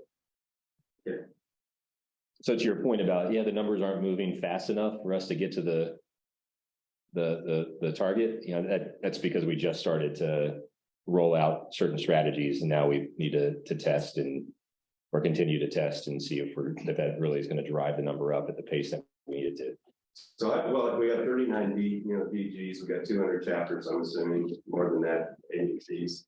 So is this part of volunteer training at things like Carlson, how to do this yourself? So you now have, instead of 39, you got 200 possibly at the chapter level running the queries if they could, sending the mail. Picking up the calls there. Another reason why we have that communication functionality built into MySIGEP for ABCs, if they want to try and do stuff on their own, there's nothing that's stopping them from doing that. They've got access to their letter templates for this specific thing. Right, we looked at. Okay. You can do it at Kansas State tomorrow. Do you have the templates? I know we've talked about my own, the lifetime of brotherhood, essentially, like we're trying to maintain a consistency from when a brother graduates, keeping them involved in SIGEP. How we look at turning them into a volunteer when they need to be fitting, like whether it's with that new ABC, because I know when you graduate, we have our brothers fill it out in Salesforce that, hey, like this person graduating, why not put a field on them like, hey, they're going to this city now. Can you talk a little bit about like the automation when you get an updated address in the system, what we've talked about doing or what we can do at this point? Yeah, one of the things we talked about doing is, especially when you change states, to trigger a notification to that district governor within that new state to say a new potential volunteer has moved to your state, potentially reach out to this person, welcome them to the area or whatever. We've invested so much in IT and information technology because we need that information, right? It forces, and in order to do that, we've got to get them to go into the system and tell us that they moved, right? So that's why we've driven everything through MySIGEP and encouraged logins and encouraged them to go in and update their information, the Lost Brother campaign, PCI, all these things. Because in order to do really cool stuff like that, we've got to know when they move to a new place. But we can do that with graduating students as soon as they get marked as an alumnus in May. We can do an easy campaign to say, hey, what are you doing? What's your job? Okay, let's update your employment history. And MySIGEP, oh, by the way, do you want to be a career coach? Right? Maybe you want to help out a freshman next year. And are you moving states for this new job? Do you want to volunteer with that SIGEP chapter when you get there? That's pretty easy for us to do now. I brought up a couple examples here just to show you kind of the power of some of these messages that we were talking about, these templates. This is an example of one of Nathan's here, Georgia Alpha. Joe Breda wanted to do this campaign. where he drummed up some more support for Georgia Alpha, customized a message, used my SIGEP to get it out to alumni. And so every record here that you see that says Georgia Alpha ABC is another person that he messaged that went onto that website and filled out a form and said, sign me up to volunteer with the Georgia Alpha ABC.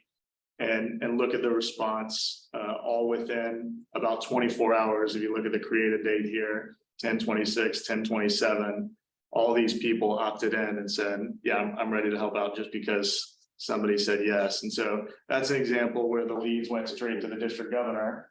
And we had a couple examples at Indiana Beta, believe it or not, and Michigan Beta as well, where we had two other examples where alumni said we want to get involved, and similar situation. These just came to the staff because we don't have district governors there, and came to Brian, and Brian reaches out to every single one of these guys or passes them along to the ABC and says, here's some additional leads. So sent out messages right mid-October, and 39 people filled out this form between those two chapters. So when we have everything, we have the infrastructure set up, and now it's just a execution. So we'll be able to come back and tell you about the pace next time, Greg. Yeah. We'll be able to talk about pace next time. Okay.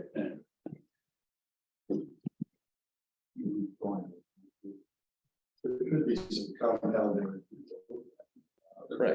Oh, okay. Well, it's all the right stuff. I don't see anything we're doing that I would be doing. So if you're using technology, you're leveraging relationships, you're doing all the stuff that I think it's coming that I know of. I think momentum, this will gain momentum. He's on.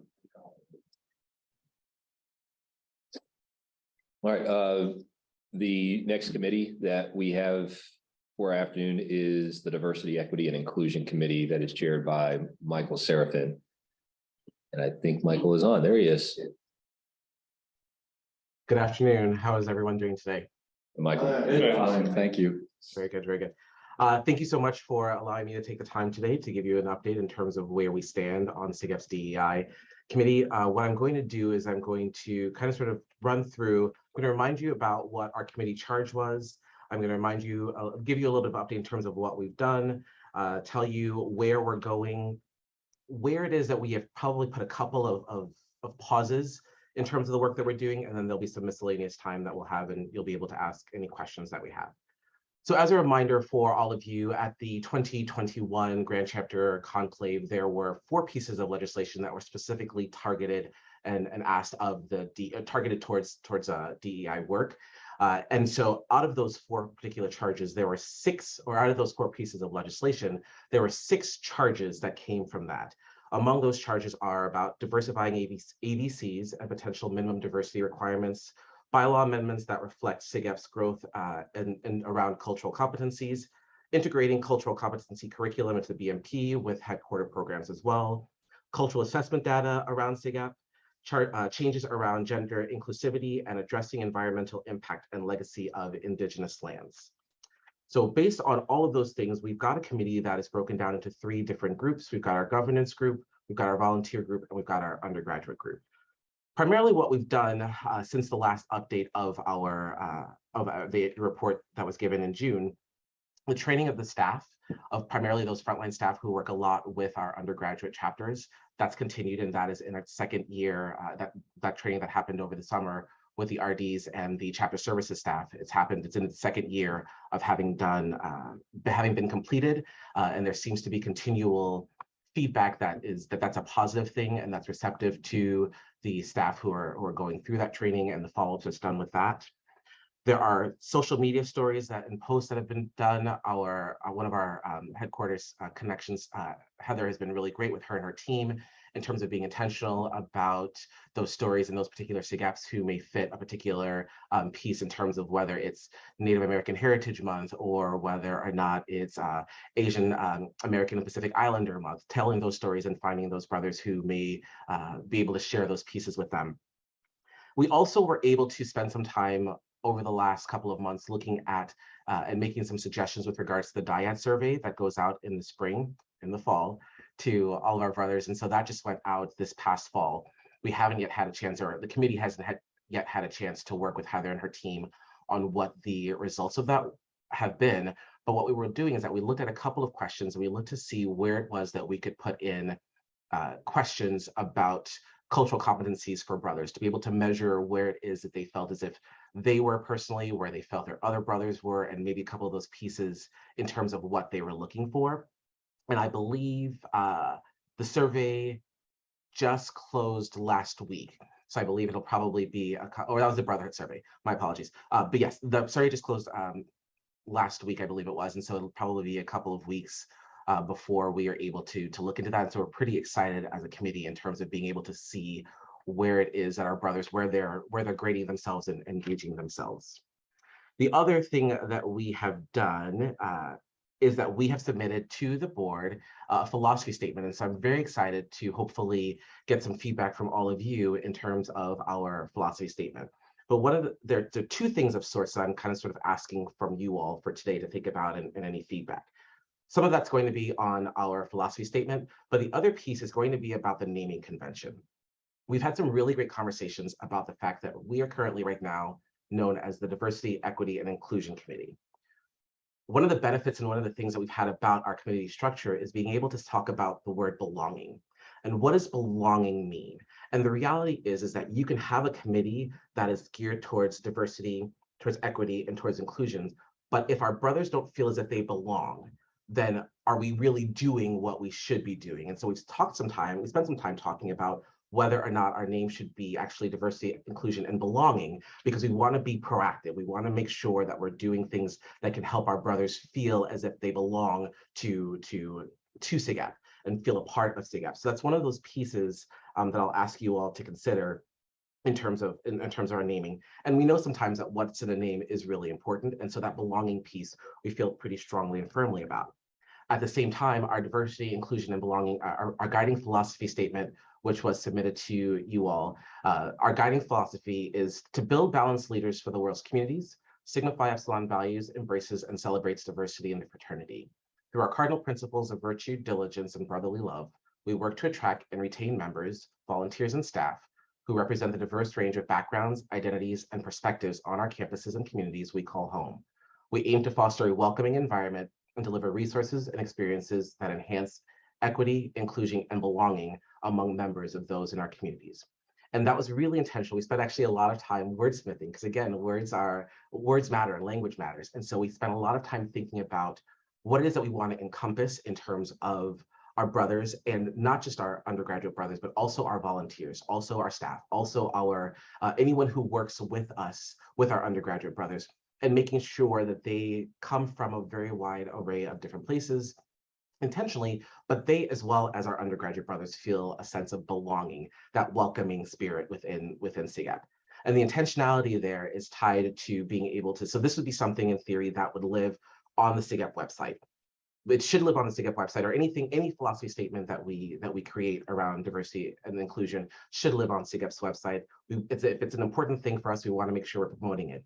And for us, we think that it'd be important to talk about not just where we stand, but also what are some of those key aspects and initiatives that we're doing. So in, the statement would live on the website, and then there would be a section underneath that would talk about the initiative, the description, and what our progress is. So many times we find that our undergraduates are pushing us in terms of where we stand, what it is that we're doing.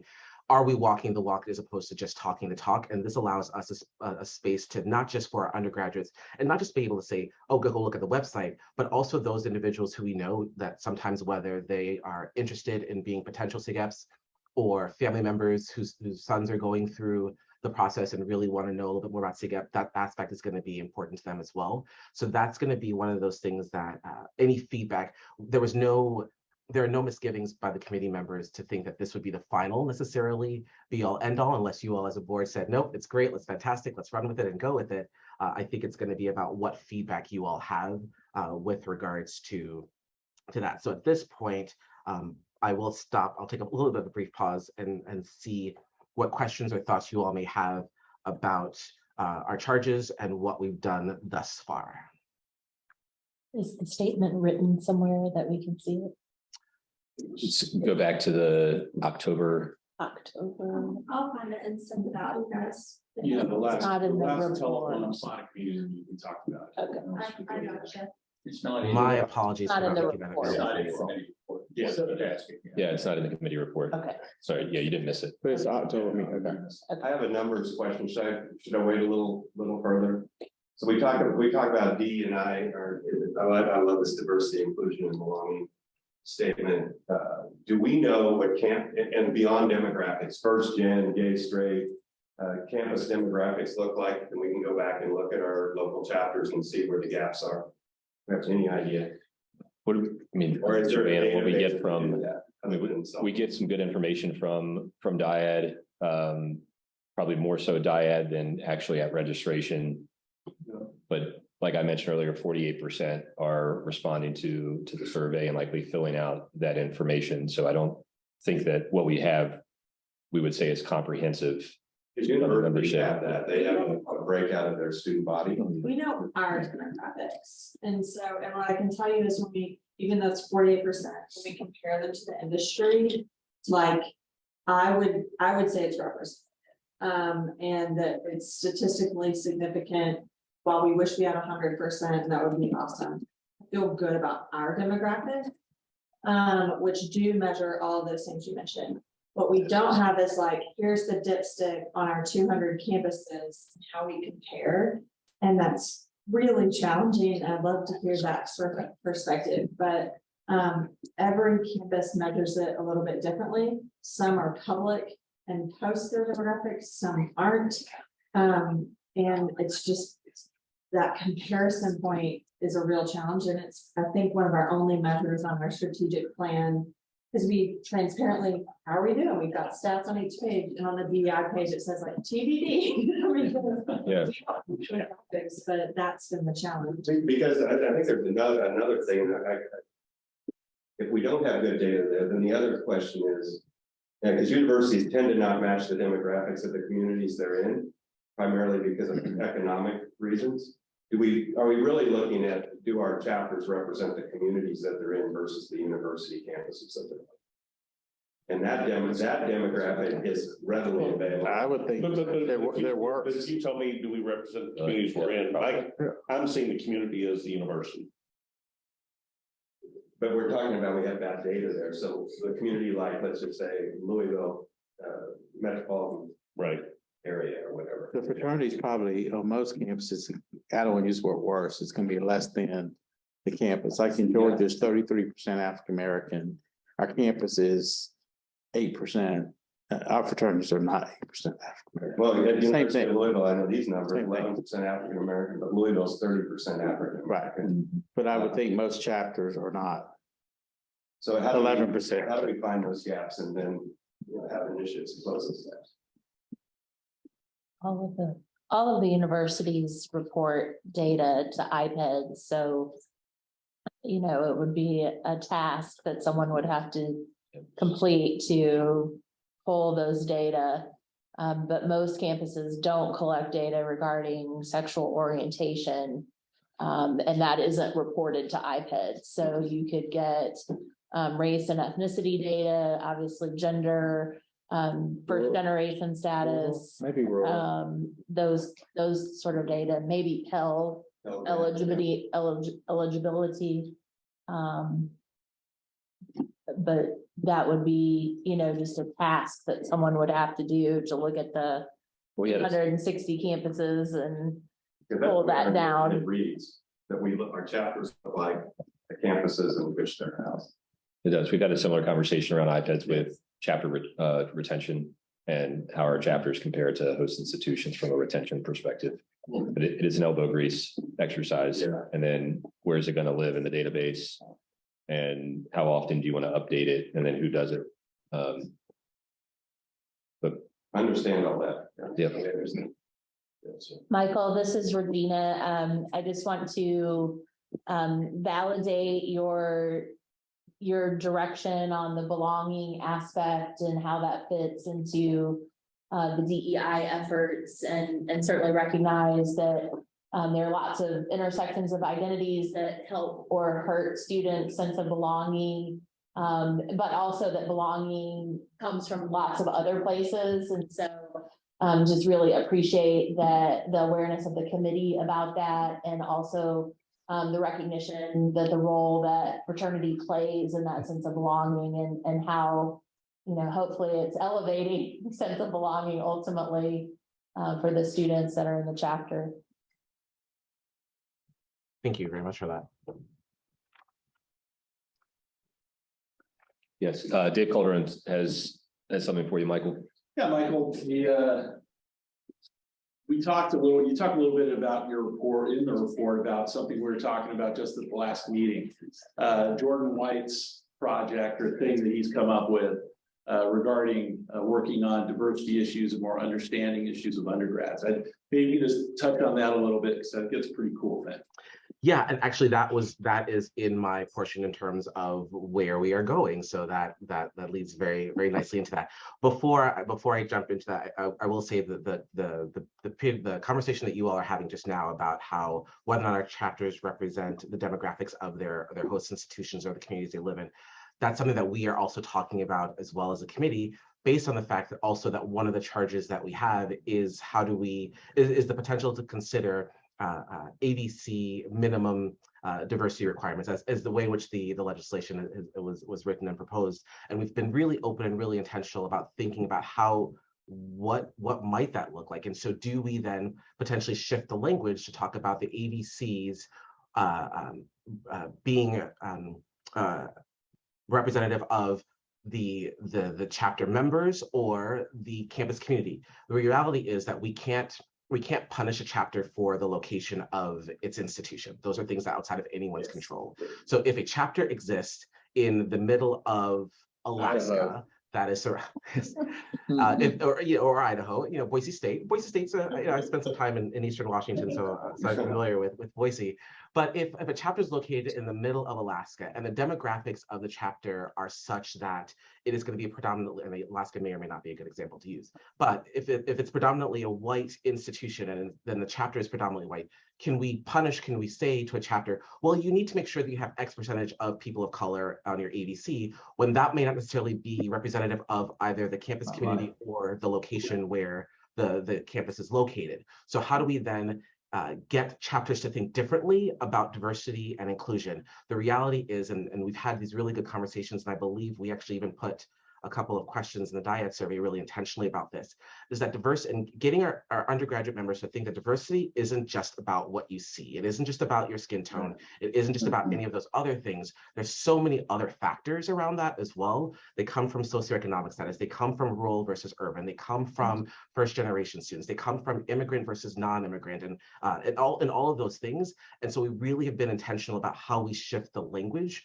And I think it's important that but I think what you'll find coming from our committee and putting forward is, let's be more intentional about what that looks like, because our chapters, our undergraduate members, for as smart as they are, as great as they are, as lived experiences as they have that we aren't having, so a lot of their perception about what diversity means is just surface level. And so we want to be able to think beyond that and encourage them to think beyond that. And that is sometimes a hesitation for undergraduate students in terms of having those conversations around diversity, inclusion, and belonging. So said that was a little bit of a bit, but I'll go on to talk about where we are going. And as Dave's question talked about, among the things that we are going, among the directions that we're going, one of our subcommittees, our undergraduate subcommittees, is made up of a couple of members, as well as they've recruited some undergraduate students to sit on the subcommittee. And they are actually proposing, and they're putting together this really great program that is right now named after Bruce Hazenkamp, past Grand Chapter President Hazenkamp, who, when he was an undergraduate student in the 1959 Grand Chapter Conclave, there was legislation that he sat on and he put forward in terms of that legislation was removing the racial and religious barriers for membership for SIGAP. And so they've really developed this program, and we'll be fine-tuning it, and that'll be something that we'll be able to put forward to the board for our next review.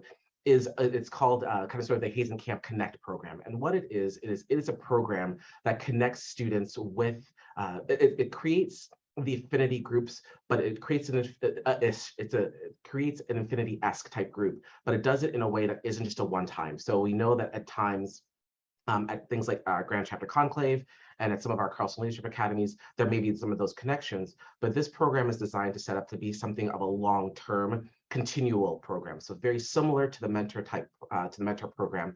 This would be a program where members could opt in, and there would be individuals, and it would create a collective for SIGEPs based on these different affinity groups that would be long lasting for them. It fosters it. It's a way that continues to offer that sense of belonging.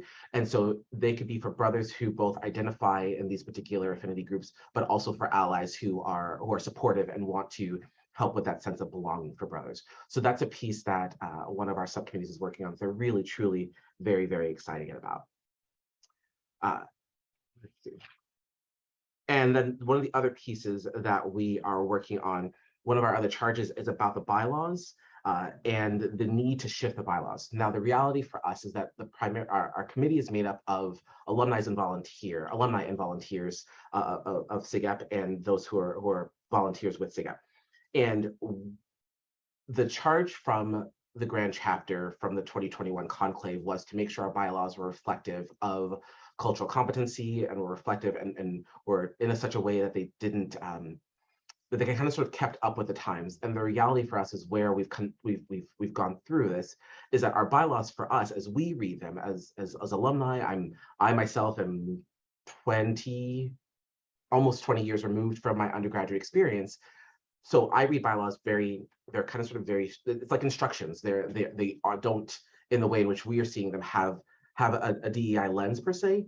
And so we need to work on getting some undergraduates who would be willing to work with us on reading those bylaws and seeing if there are things that they're seeing that we aren't seeing. And the reality is that there very well may not be things that are there that don't need to be addressed, but in order to do our due diligence, we want to make sure that we include some undergraduates to think about that as well. And then the other things to think about are some things that we're putting on hold based on some of the legislation and the charges that we have. The charge and the legislation around gender inclusivity and our environmental and legacy of native lands, those are things our committee has intentionally put on hold, not because of for no other reason other than there is work that needs to be done that's outside of our committee in terms of where those things stand and what they look like. And the reality is that we are not necessarily sure that while the Grand Chapter had the best of intentions in handing this off to the DEI committee, we don't necessarily know that those are ones that necessarily may be best lived with us because there are legal aspects that are tied to it. So we may not be able to move on those and present a report on those particular two pieces of legislation for our Grand Chapter bylaws, for our Grand Chapter conclave next calendar year. And then lastly, just a couple of miscellaneous things. The work that we're doing, and we recognize that the work that we're doing, fortunately enough, diversity, inclusion, and belonging there's no finite piece to it. It's one that continues to move, it continues to evolve. And in a lot of cases, the Grand Chapter are the ones who are bringing these things to our attention and are guiding us in terms of what they're experiencing, the lived experiences that they're having as undergraduate students in terms of things for us to consider. There's going to come a point in time where we'll need to, and I'll use the terminology of my dear friend Joe Langella used before in terms of cross-pollination that will need to happen with regards to DEI or DIB, the work that we do. It's going to be important for us at some point to figure out at what point do we include the volunteer engagement committee? At what point do we include the ritual committee? At what point do we include any of those other committees in the work that we're doing? Because we know that we don't necessarily want to reinvent the wheel, but we are aware that there are diversity, inclusion, and belonging aspects that exist in some of the other committees. And so at some point we're going to need to whether that means create another group or something along those lines that brings up that piece and allows that conversation to happen within those groups. We had some really great conversations with Brian, and so there's a volunteer component to us as well in terms of recruiting volunteers who are either reflective of the community or of the campus community, the community where the institution is located, or the chapters. That recruitment of volunteers is going to be key, and we want to make sure that we work with Brian and Wendell in terms of what their groups are working on and what their groups are doing, again, in order to help minimize duplication of efforts. That is all that I have at this point. If there are any further questions. Michael, we got a question that was chatted in. Van Auger from our Connecticut Alpha chapter asked, have we thought about specific focuses within the ABC? For instance, it might make sense to prioritize diversity on the mentor committee, which has more engagement with SIGEP's stakeholders over, say, the ABC's auditor or newsletter editor. That's a fantastic question. And I think, yes, we have thought about those things.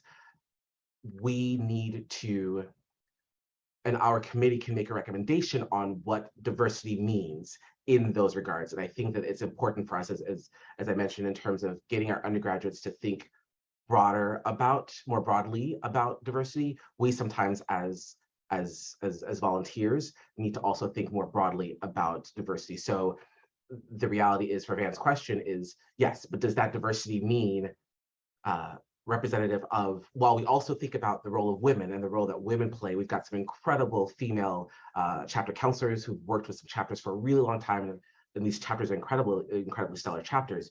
Thinking about the role of women, also when we think about diversity, are we thinking about the diversity and the makeup of the chapter itself, since those particular stakeholders are going to be working so closely with the chapter, or are we thinking about the community in which the chapter is located, or are we thinking about something else? And so that's where, so yes, those pieces have been thought about. We also still need to think about what does diversity look like and what does it mean, if that makes sense. Michael, any questions from the board?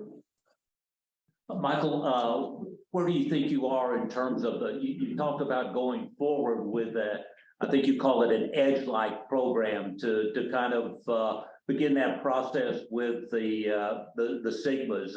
How do you guys stand on that? So the Hazen Camp program, which is tied to the affinity group, that's being fleshed out, and there will be some recommendations that continues to be worked on by the subcommittee, and that will be ready for the board for your next meeting, for your feedback and for your thoughts. We weren't at a point to be able to submit it for this particular review, but that's something that we'll continue to work on. Is there any thought given to whether or not we need to add a DEB adept to the committee list that we currently have in the bylaws? You mean an officer, like an undergraduate officer? Well, it could be an officer that has it up. It may just be a committee that we have X number of committee or an officer, or as part of member development or wherever it might fit. Like a permanent committee, please. Yes, within the chapter. So yeah, he's talking chapter level. Right. I mean, but permanent, not temporary, permanent. But we do have chapters who have instituted that, and those who've been working on the Hazen Camp Connect program, that's kind of sort of the loose terminology that we're using in terms of calling it, not necessarily knowing what the process is for naming a program after someone. That is that is made up of some of our committee members, and the undergraduates who serve are actually undergraduates who generally are in the role of VP DEI. There are a couple of chapters who have taken the forward leap in these regards, who've established VP DEI positions, and these chapters, I believe that there is one at Drake, there is one, don't hold me on this, I believe one at Northern Kentucky, I think there's two in California, and maybe another one somewhere else. Dave, I don't know if you might remember where they were. I feel that there are about 5 of them. American University. American, yes. So there are about 5 of them, and so they have been giving that input. So they've taken that lead, and that they've taken that stance themselves to create these roles that focus on programming. As we think about what does programming look like in the BMP around culturally sensitive or related topics, I think a lot of the conversation will end up being around what does that look like? Because I can say that as an undergraduate, when we were going through our challenges, those cultural pieces were there. They weren't necessarily being put forth as a regular, but they were there and they were intentional. There was intentional about it. But I also was an undergraduate at a school in Chicago, so there's some of those different facets that exist there that wouldn't necessarily exist for the chapter that I worked with at Washington State University. So those things look different in terms of putting forward aspects around cultural competency and diversity related programs for the members to go through. And so that's the things to consider within the BMP and even some of the headquarters programs.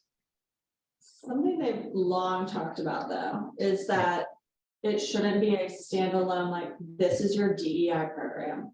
It needs to be in the fabric of the BMP or the SLC, to Nathan's point, with options and like, and full to Michael's point, because especially with DEI, Texas is different than Oregon, it's different than, you know, like it really is. Your campus communities are really, really different in that regard. So I think from a programming standpoint, it's how do we weave it into the fabric versus like, this is every new member has to do this. Yes, providing more opportunities for engagement and for people from other regions of the country, utilizing Zoom to connect, as we talked about, members from like Tom's country, say somebody like a Cuban from Florida new with Washington State, for example, where they could connect and maybe learn about each other, moving that into the fabric of the Balanced Man program, things like that, where it just like providing more opportunities, not necessarily mandating, but providing more opportunities for growth and learning more about other people and their points of view and where they come from. It seems like that it would follow the BNP. What we've been talking about is to have a basic shell and then some unique flavor to your chapter, depending on your city, depending on your school, your campus, your chapter, whatever you might break it down to, so that you've got at least some commonality as to what the presentation is. And then you say, okay, it's going to be unique because this chapter has got no minorities in it. So how do we address that so that they can live and work in a world that's going to look a lot different from the Catholic school that they've gone to since kindergarten? Yeah. Michael, in the statement that you provided previously, so the committee is being referred to as Diversity, Inclusion, and Belonging Committee, maybe. And then in the text, you use equity, which is a more elevated term to describe this work. So what of those words is important to either be named and or to be used in the context of whatever this philosophy statement is that might be adopted?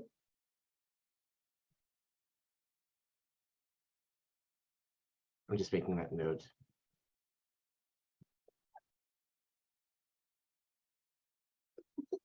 And I can tell you that for what it's worth, we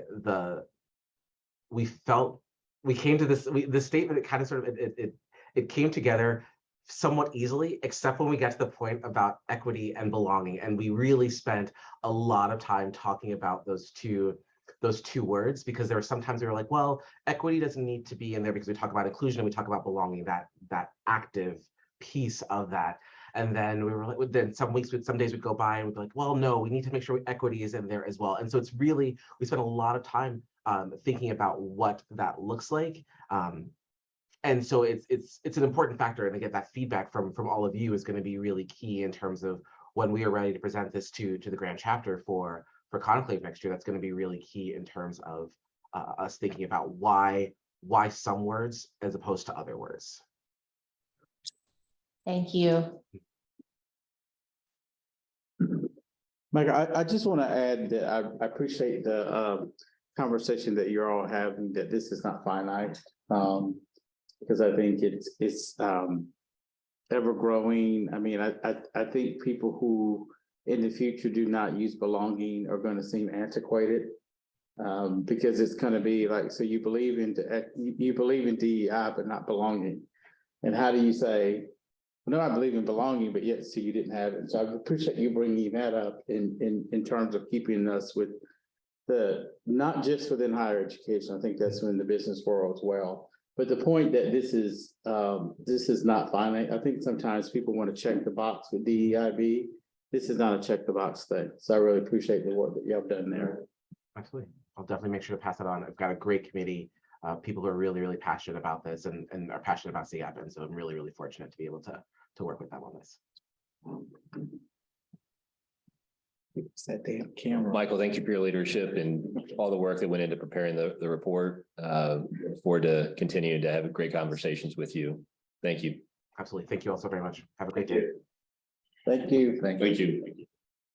All right, we have Ehren Stanhope, who's the chairman of our investment committee, who's joining us. Ehren, thanks for spending time with us this afternoon. Hey, everyone. Am I like the giant head that's floating in the room right now? Yes. Pretty much, buddy. Yeah, it's a good look. Lucky you guys.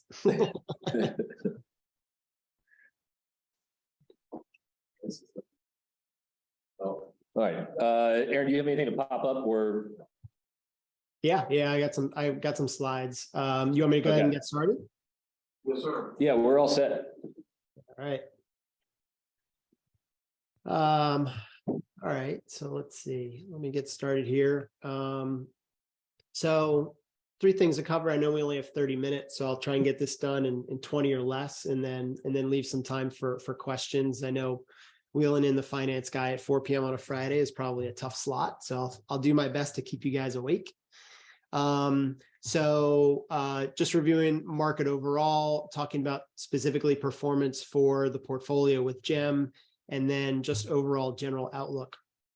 So this is probably no surprise to everyone in the room as you look at your 401k statements. It's been a really, really tough 2022. It's probably, I've been in the market since 2007, and before that personally back to the late 1990s. It's certainly the hardest that I've ever seen, just in terms of the overall volatility, the fact that there are multiple different turns in the markets, whether you're looking at stock markets or bond markets or what have you. And the thing, though, that's been the most challenging about this environment is that this idea of diversification, which we're all told when we're learning finance or personal study of finance and investing, is diversification basically has not worked. That's not unprecedented historically. I think what's unique about this environment that we're going in right now is, we're coming into the tail end of 4 decades of declining interest rates, of deflation, of globalization. When inflation tends to be low or trending down, what you get is this really awesome diversification benefit of stocks and bonds sort of moving inversely. Basically, when stocks are down, bonds are up.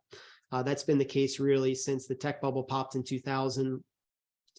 But that has not been the case during this crisis, clearly because of things going on at more of a macro and structural perspective.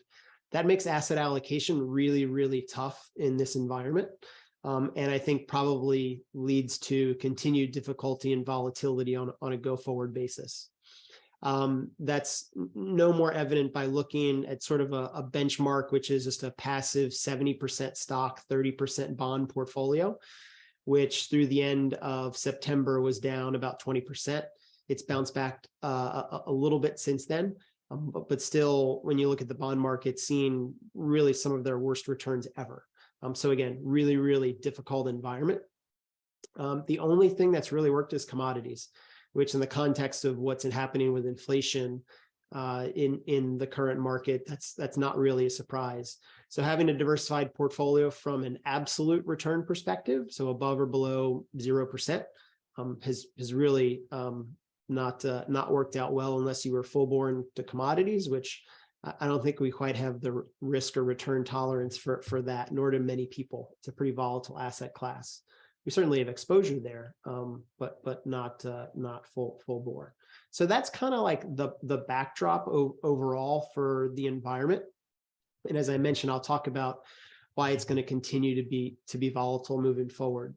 I know that we talked about some of this stuff in our prior meeting back in, I think it was June. But I thought it was an important setup for anyone that's listening in on the call as well. And I'll get to performance for GEM specifically and some of the moves that they're making. So number one, again, reminder that what we're really angling towards with these investments is a total return focus. We've got a perpetual horizon that we're looking at, with sort of the added caveat that we need to provide for distributions that are required. Those are actually sort of completely opposite ends of the spectrum in terms of how you would position a portfolio. So it creates some sort of unique nuances that exist there, where you sort of have to provide for some liquidity on the short end, but also be invested for the long end through things like venture capital and private equity. As it relates to active versus passive, I do still owe a further report on kind of a more in-depth study of that and what's available. We've sort of started that work, but of course, with everything going on in the markets, it's been challenging to pull all that together from a career perspective and dealing with the day-to-day of portfolios. But from an active perspective, where we currently sit is we think that it's appropriate where there's a demonstrated edge that exists. That's always going to most notably exist within private assets. So venture capital, private equity, private real estate, things of that nature, where you can't just go out and buy an ETF or an index or a broad market type instrument to get you exposure from a sector. In some cases, that's possible through things like futures and derivatives, but that's probably not a space that we really want to play with in our capital. But we do think that it's appropriate in certain places within public markets. So some examples of that might be in places like biotech. Biotech tends to be a place, even within public markets, where it's really important to have specialists that are focused within that space. In a lot of cases, it's some combination of someone with a medical background and a legal team that understands the FDA approval processes and things like that. So there are niches even within public markets where it makes sense to be active as well. Private assets, this is really going to be targeting so the venture capital and private equity portions of the portfolio where we have that extremely long run horizon that we're thinking about. These assets are typically very illiquid. So we're talking about investment horizons of multiple years where our capital is effectively locked up, that we can't access it. But the goal is that over time, the performance differential between public markets is giving us some excess return above those public markets. Fees, we're constantly talking to GEM about fees and ways that we can sort of bring those down and what they're doing to be cognizant of that environment. I'll give sort of one example of something that they do, which as a result of our meeting in June, we actually learned about because we've been asking them questions around fees and sort of options that are available. So one of the things that they do that I think is interesting that's related to how they go about sourcing individual managers. So they have a team that effectively goes out across the globe, networks, speaks to referrals from existing managers, other managers, people that are spinning out from larger firms, just to try and get a sense for opportunities to invest with them. The advantage to that is, in a lot of cases, they're getting in sort of at the ground floor with some of these managers, or they have a history of investing with them at another firm. And that allows them some negotiating power.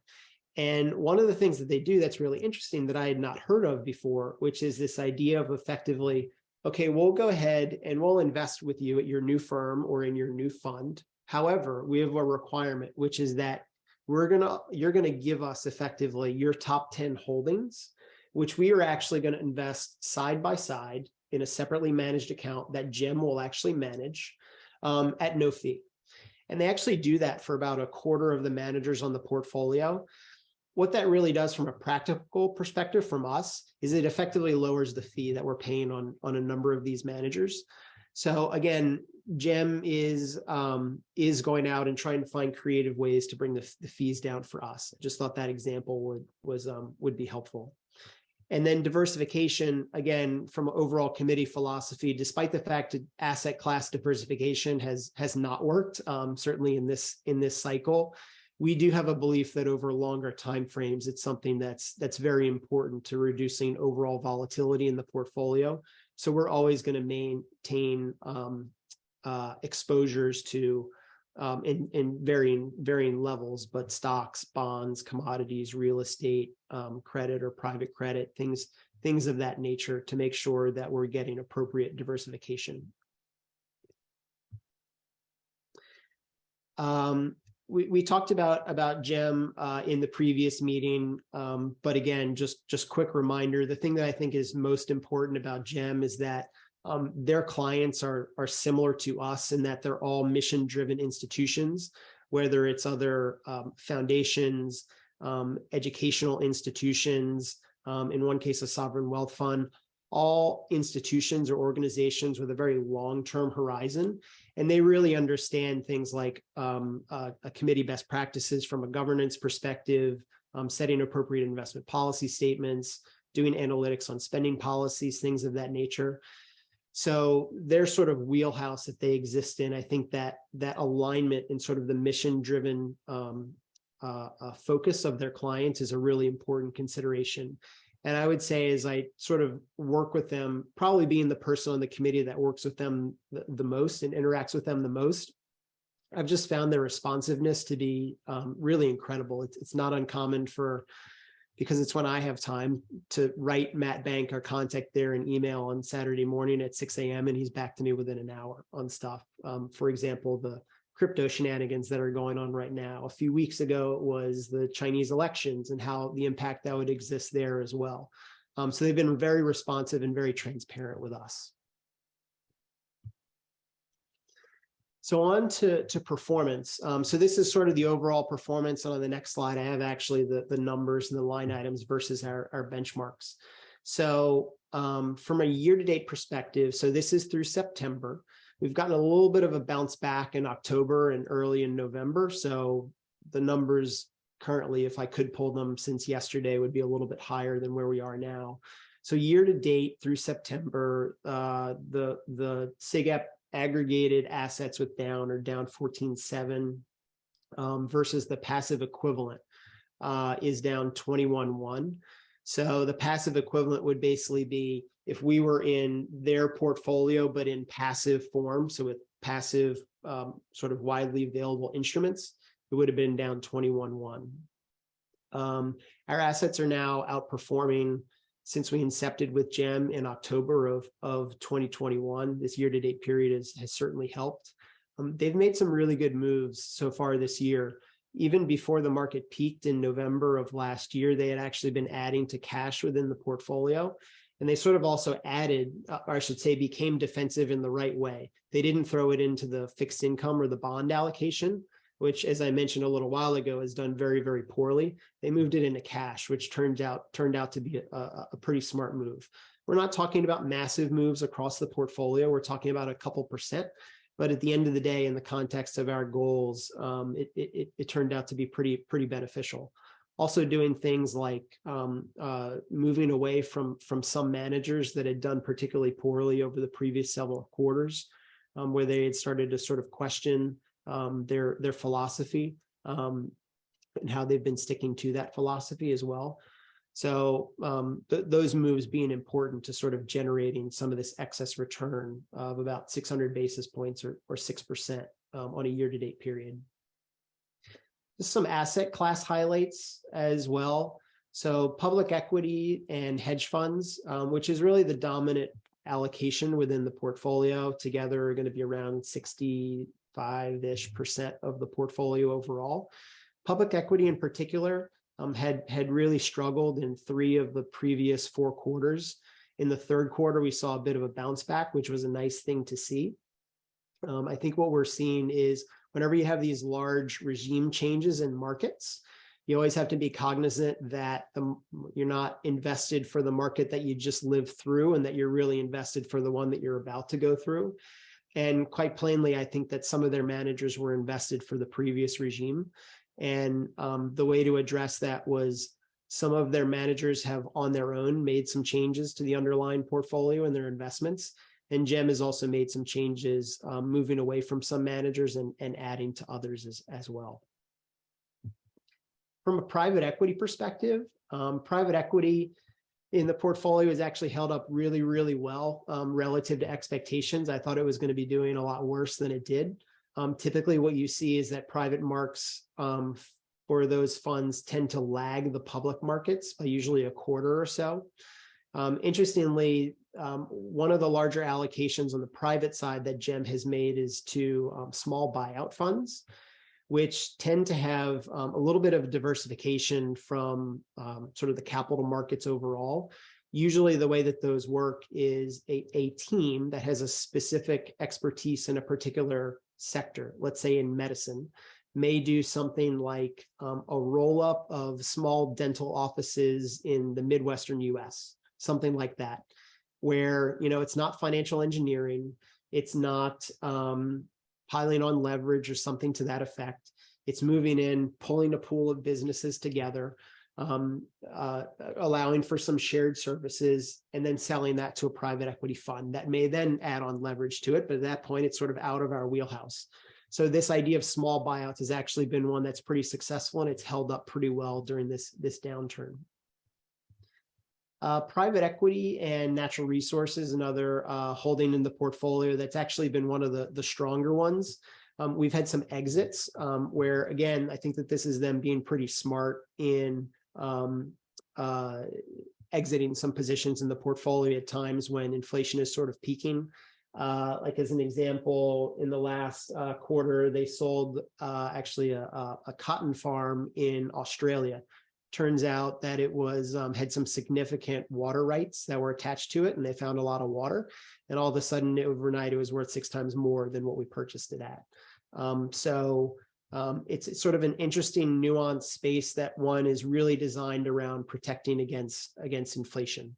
But in this particular instance has held up exceptionally well.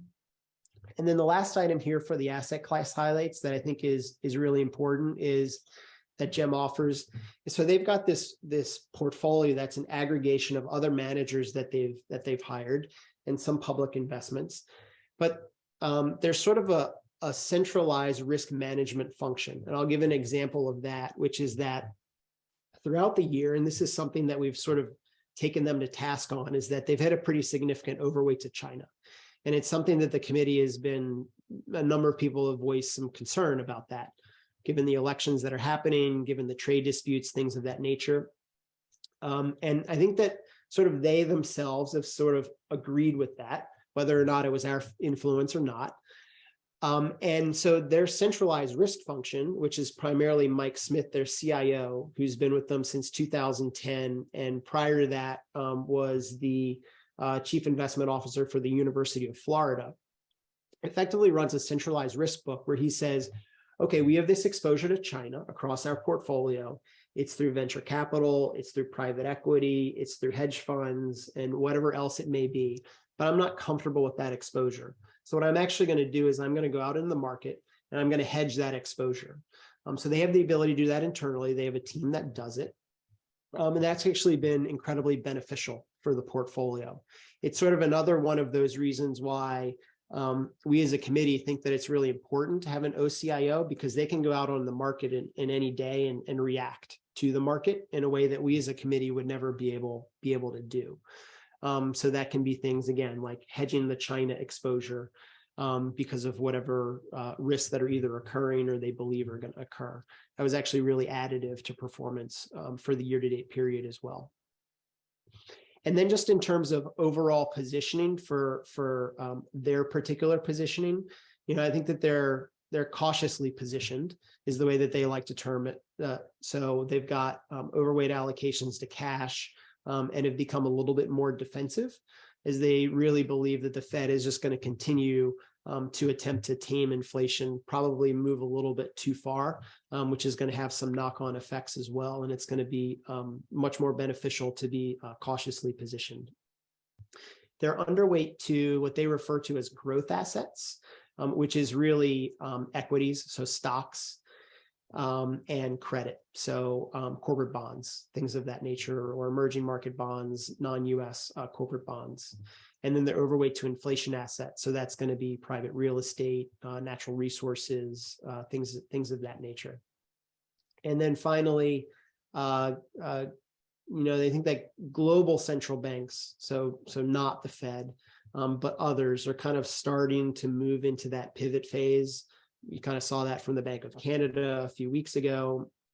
The Bank of England kind of has its own issues, but that the Fed, which unfortunately is in the driver's seat in terms of global monetary policy, with the dollar being incredibly important, it's probably going to drive a hard landing. So that's sort of their thoughts on being more cautiously positioned on a go-forward basis. And so far this year, their results have demonstrated that. So on performance, so we measure GEM's performance in really three ways. And it's really meant to identify the three ways they're adding value. So the first one is the absolute return benchmark. So over a long period of time, let's say we're hopefully with them for 10 or 20 years or whatever it may be, there's an absolute return benchmark, which is 5% over inflation, or 5% real return is another way to think about it. Now, that's pretty tough in this environment when inflation's running at 8%, and capital markets, as you saw in that first slide, are all down. So again, this is a longer term benchmark. There's an asset allocation benchmark, which is this one in the middle, which is to outperform a passive 70% stock, 30% bond portfolio with lower volatility overall. This would be the equivalent of buying a global stock ETF of 70%, and a 30% global bond ETF at 30%, and tracking versus that benchmark. This is really meant to understand how they're doing in terms of how they're allocating assets in terms of their weights to private equity versus public equity, hedge funds versus public equity, overweight bonds, commodities, natural resources, et cetera. So really an asset allocation benchmark. And then the third one is a manager selection benchmark, what they refer to as the policy portfolio, passive policy portfolio, which is to basically say, okay, our individual managers have their own benchmarks. So a biotech manager is not going to be benchmarked versus the US stock market. They're going to be benchmarked versus, let's say, like a biotech ETF. So thinking about all of those managers and thinking about all of their passive benchmarks and aggregating those together, that's effectively what they refer to as the policy benchmark. So that's really looking to identify how well they're doing at selecting managers and whether or not those managers are adding value. And the way that it's played out so far year to date, and so all of these numbers are net of all fees. So all manager fees, all the fees that we pay to GEM, all of the fund administrative expenses and everything. So I'll just point to the year to date number is probably the most appropriate. So as I mentioned earlier, it's 14.7% down. That's relative to the passive global policy portfolio. This is with the one that's all of the individual manager benchmarks sort of aggregated together, which was down 21.1. So they're outperforming by about 6%. Also outperforming the passive policy, the passive 70-30 portfolio. Now the 5% real return, as I mentioned, in this environment where inflation is really the only thing that's going up, is a really tough bogey to hit. So it's kind of one of those things that we'll want to see on probably more of like a 5 to 10 year basis as we sort of get out of this acute period of market volatility. So we'll keep that in mind, certainly, but I wouldn't have an expectation that this is something that they'd be able to realistically outperform in this current environment. Another thing that I'll add on over here, so these numbers in this far right column actually are really more around volatility. So how volatile is the portfolio? Its volatility is 10.8%. So that's on an annualized basis.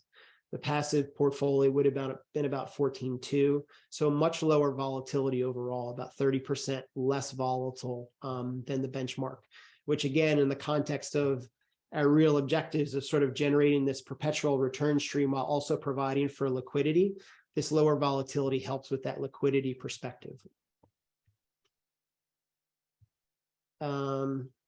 This is just, and I'll send these slides to the board, but this is just the overall exposure at the asset class level for the portfolio today. As I mentioned earlier, this equity portion is going to be the primary allocation in the portfolio with hedge funds.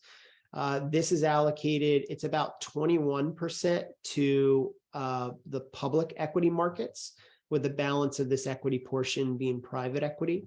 And then this hedge fund allocation in a lot of cases are concentrated long only hedge funds, and then also long short hedge funds. So we kind of can throw these two items in the overall equity bucket. And I talked about some of these allocations that they're making overall.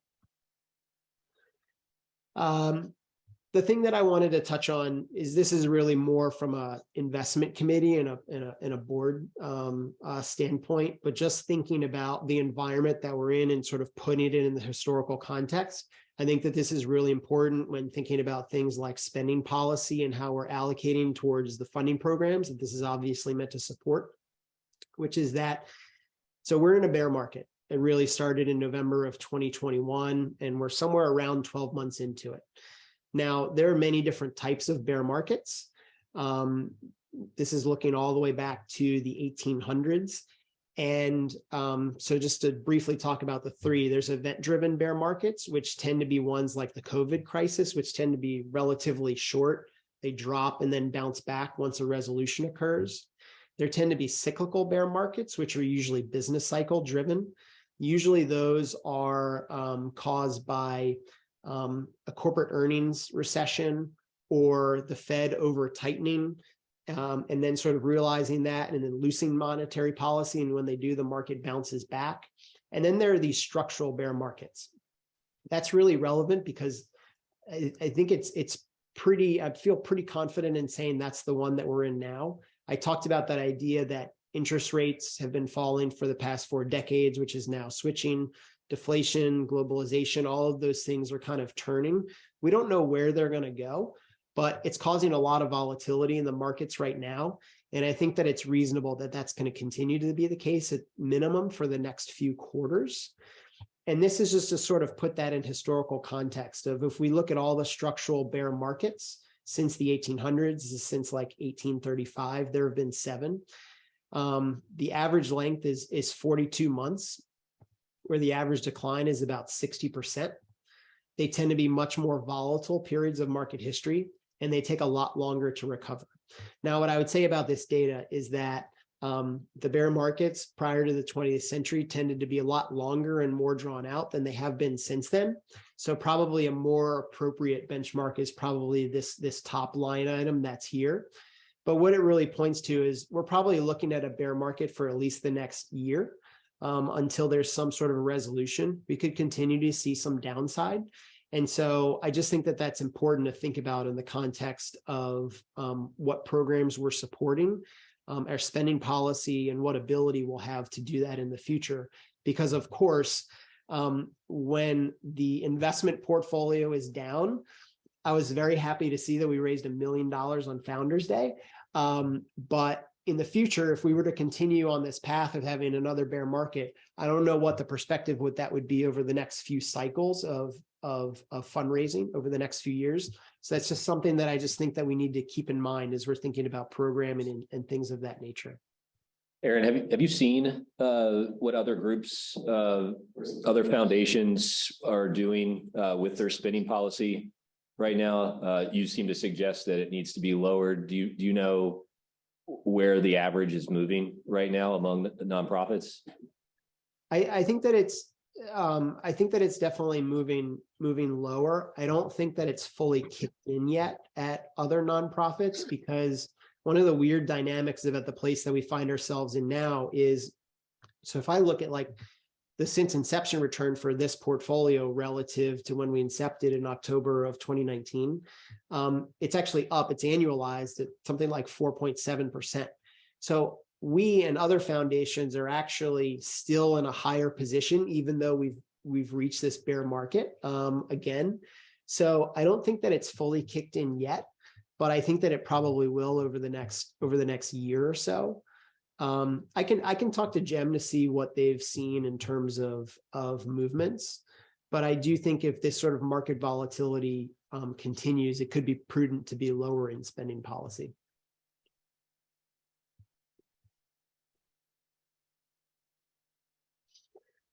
And so, I've touched on sort of the outlook to a large extent so far, and it's actually not too dissimilar from what we saw in June. But from even a longer term perspective, we've just gone through this incredible environment post global financial crisis where the tide lifted all ships and financial markets did exceptionally well. I think that generating similar levels of return in this environment over the next 10 years is going to be much, much harder moving forward, and that likely those returns will be lower. The nice thing about bear markets is that valuations tend to come down, which they certainly have so far in 2021. We really haven't seen the reversion in terms of the true impact on corporate earnings, I don't think, because there's still so much fiscal stimulus that's in the system.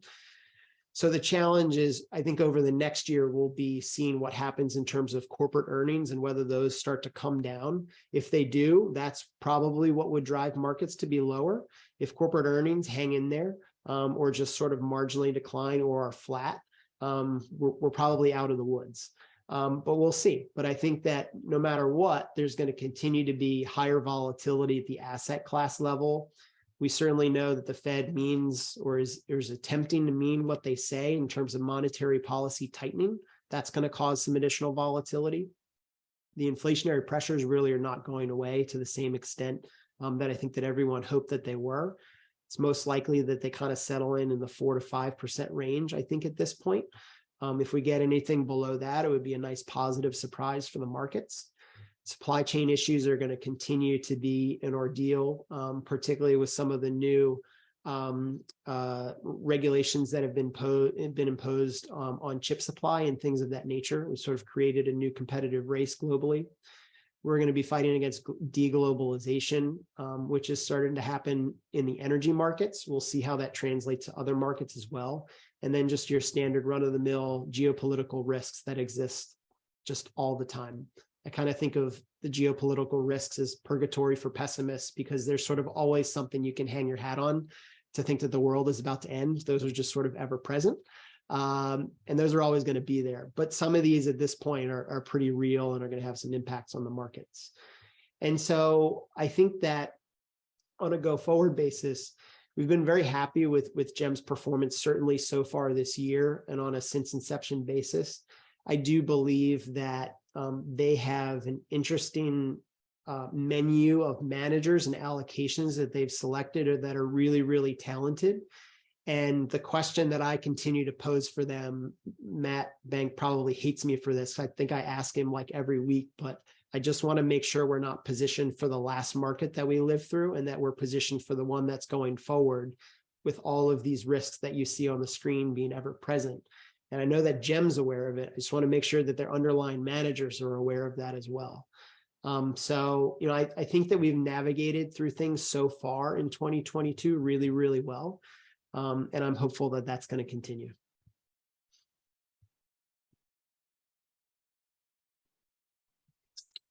Thanks, Ehren. Any questions from directors? No. Looks like you hit the bullseye, Ehren. All right. He should have been last. I feel like a drink.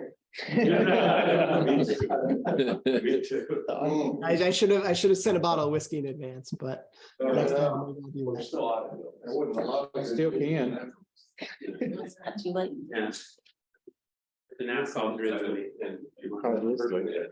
But Ehren, thank you for pulling this together and giving us an update. As you and I have talked about, this is something that we want to be able to do on the live stream every time the board gets together. There's a lot going on in the world and the donor family is growing. And so there's a lot of interest in what we're doing to be good stewards of gifts and foundation assets. I suspect that anyone who's watching right now has great confidence in our committee, given your knowledge. I would be hard pressed to find anyone who's not impressed by what you're able to do. So thank you. We appreciate your leadership. And we'll see you again the next time the board gets together. Should we charge people that are on there? At least a percentage of returns if they're beating the market. Yes, that's appreciate that. Thanks, Ehren. Thanks, Ehren. Have a great holiday, buddy. Take care. Thanks, everyone. Happy holidays to you as well. Bye, guys. See you, Dave.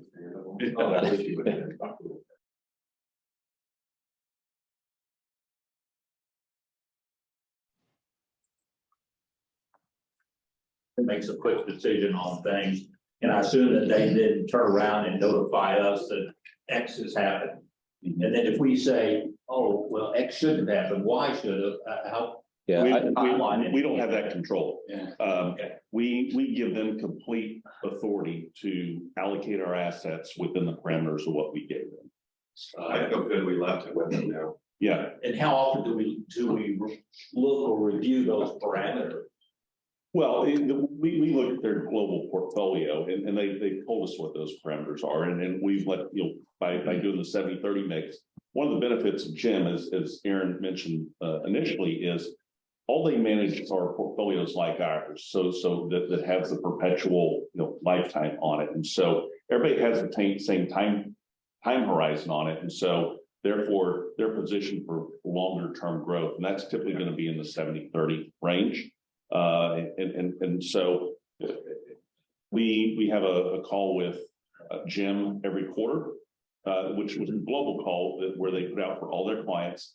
Then they have a separate call just for our investment committee, where again, Matt probably hates our investment committee because he is peppered by It's a good committee. everyone. It was one of the most knowledgeable, in-depth, most experienced investment committees I've ever served on. And it is a bunch of know-it-alls who's talking to, and literally they do know it all. I mean, these are brilliant minds in the investment world, grilling Matt on their strategy and what they're doing. And Matt's spot on, and they've done a fantastic job. Brian, Ehren, and I have been out here to Charlotte to visit with Jim. Jim is just down the street from us. They have an annual conference where they invite their investors to come out and meet with their portfolio managers, their risk managers, compliance. They go through everything, and we've been impressed. I'm just curious, what is our fees, and is it inclusive of the fund managers all rolled up into a single number? Yeah, I don't have the exact fee right off the top of my head, but the numbers we saw as far as performance and all of that is net of all fees. Yeah, just donors will ask. Mm-hmm. Yeah.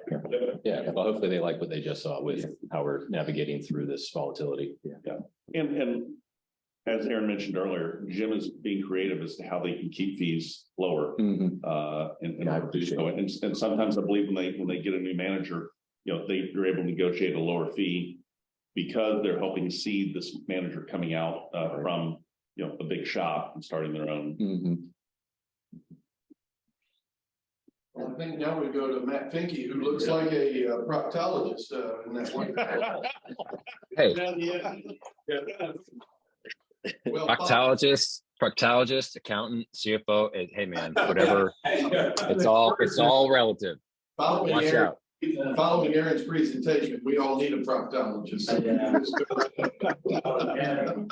Careful, man. We're keeping them from the golf course, looks like. Hey, yeah, well, yeah, sort of. No, it's really cold outside.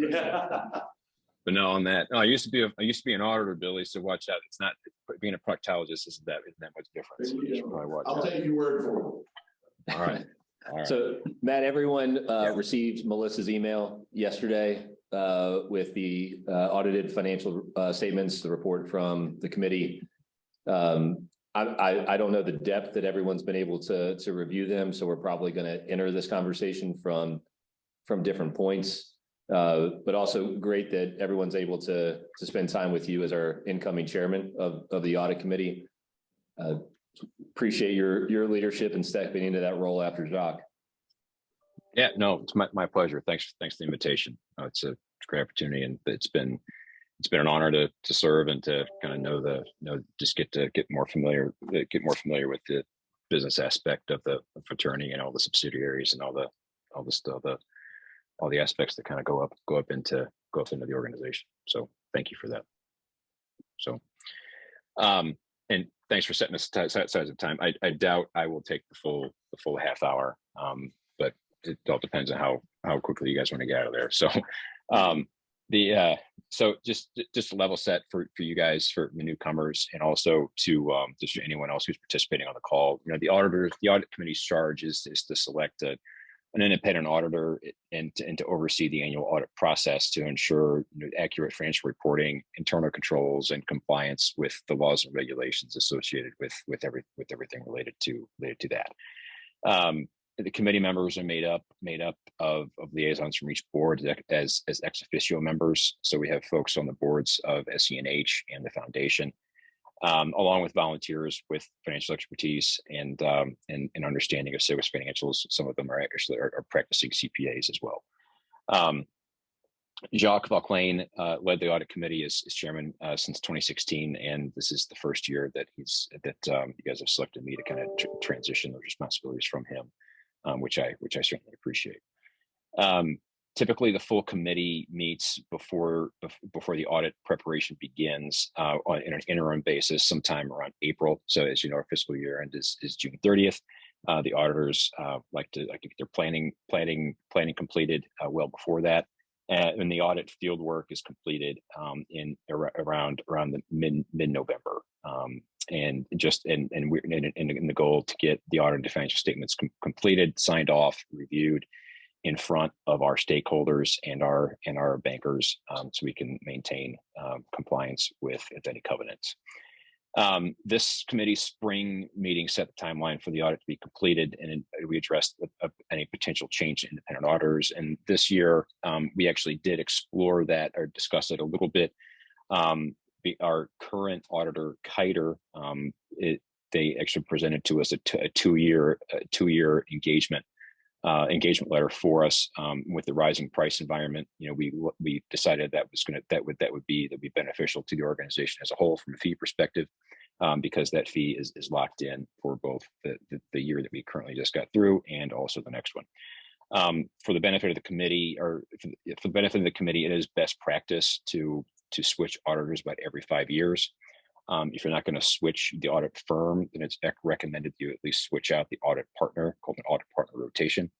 We'll explore that next year after the 5th year with Kiter, but we expect to go through that a formal RFP process after the next audit is completed.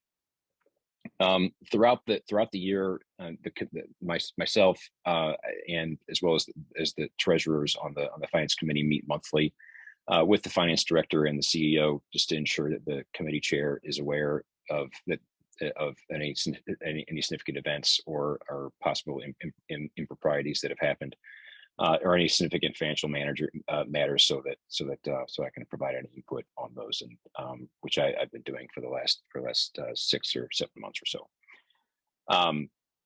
Once the audit begins in early September, I and the treasurers of the National Board, Foundation trustees, and SENH do receive periodic updates from the staff on the status of the audit and the external auditors while it's in progress. The audit itself wraps up in late October, and like I said before, in early November, mid-November, we typically get together as an audit committee and to accept the results of the audit before we submit those final reports to you and the rest of the boards, as well as our banking partners for final approval. We'll also have private sessions with our external auditors and with the staff to ensure that any issues or concerns that the auditors had that they could not bring up to us in front of management, that there are raised to the audit committee to serve as that check and balance over management, and to make sure that the controls are being properly followed. And then each subsidiary board is then going to review those statements, and then they're going to vote to accept the audit results. And then once the subsidiaries, SENH, the foundation, for example, have accepted those results, then the national board is going to vote to accept. And then during conclave, the grand chapter accepts the results of the audits for the 2-year period before that. I will say, so those audited financial statements are wrapped up. The audit committee has signed off on those, and they are with the respective boards for their final approval and acceptance. For the benefit of the committee and for anyone else who's listening in, proud to report that we have an unmodified opinion, which is a clean opinion, on all 3 subsidiaries in which Kiter was asked to opine on. And it was just from my perspective, it was a very smooth engagement, and there was really no the issues that I think would that should be raised to the attention of the national board from an operational perspective. The two small, what we call auditor speak, controlled deficiencies, I would say, would just be related to how certain financial information that Ehren kind of alluded to in the previous presentation, how it's disclosed within the financial statements. Basically, the way Jim presents financial information and how it translates into the statements kind of lags a period. So, but the audit, the information that we're getting from Jim on a periodic basis, just based on the way how their fund structure worked, it is audited, but just the timing of those audits doesn't necessarily match up with the timing of our audited statements, which the committee considered that in relation to how the operations of Jim works, and we were comfortable with the way that the financials are presented, and from a materiality perspective. Really, that was really the only issue that really got any airtime as it relates to the financial results of the fraternity. We feel the financial results of the fraternity are we agree with Kiter in that the results are fairly presented within the statements. So I'll open the floor to any questions that you have for the committee. Thanks, Matt. Any questions? Good job. Well, it's easy when it's a clean audit. Yeah. That's right. On that note, I can't say enough how well Melissa Rosner did this year, and as she's always done, but this year especially, working with a short staff. From my own professional experience, we are not a small organization. To have someone kind of take the bull by the horns on this one and just be able to kind of take this through, get every, I mean, the level, there's the level of cleanliness of our financial records, based on it's impressive to have an organization our size, and to have her kind of serving that leadership role to make sure we got done in a clean manner, and in the timing in which it needed to be completed. It's pretty exceptional. So kudos to Melissa Rosner if she's there, or if you're going to see her by your. We'll make sure she hears it, Matt. Thanks. Yeah.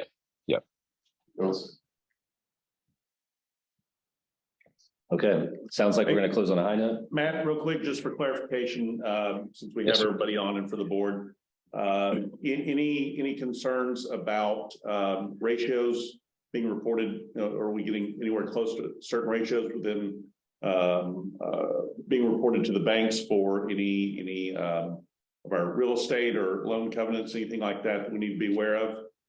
No. Okay. Not at this time. No cash flow issues. So far, so good. All right. You're back. Well, thank you. I appreciate it. Conversation, wouldn't it? Yep. Well, just like a good proctology report, all clean, Matt. Very good. Yeah. They didn't put anyone under. That's great. Glad it's being recorded. Thanks, Matt. That's right. Thank you. See you guys.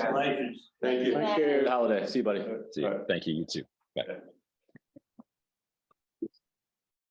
Billy, do you have any closing comments before we shut it down? Well, no, I would, those of you who are still on with us, we thank you for that. And as for the board, thank you for your attention to our committee reports today. It's been a long day, lots of information received and exchanged.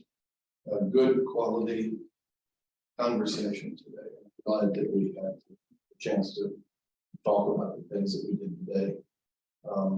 There were several things I found terrifically interesting in that committee reports, and I'm looking forward to diving deeper into those as we go into the next period tomorrow, and even tonight. Outside, I'm sure there'll be some conversations about that. So I think we can log off now and call it a day. Thank you, brothers and guests.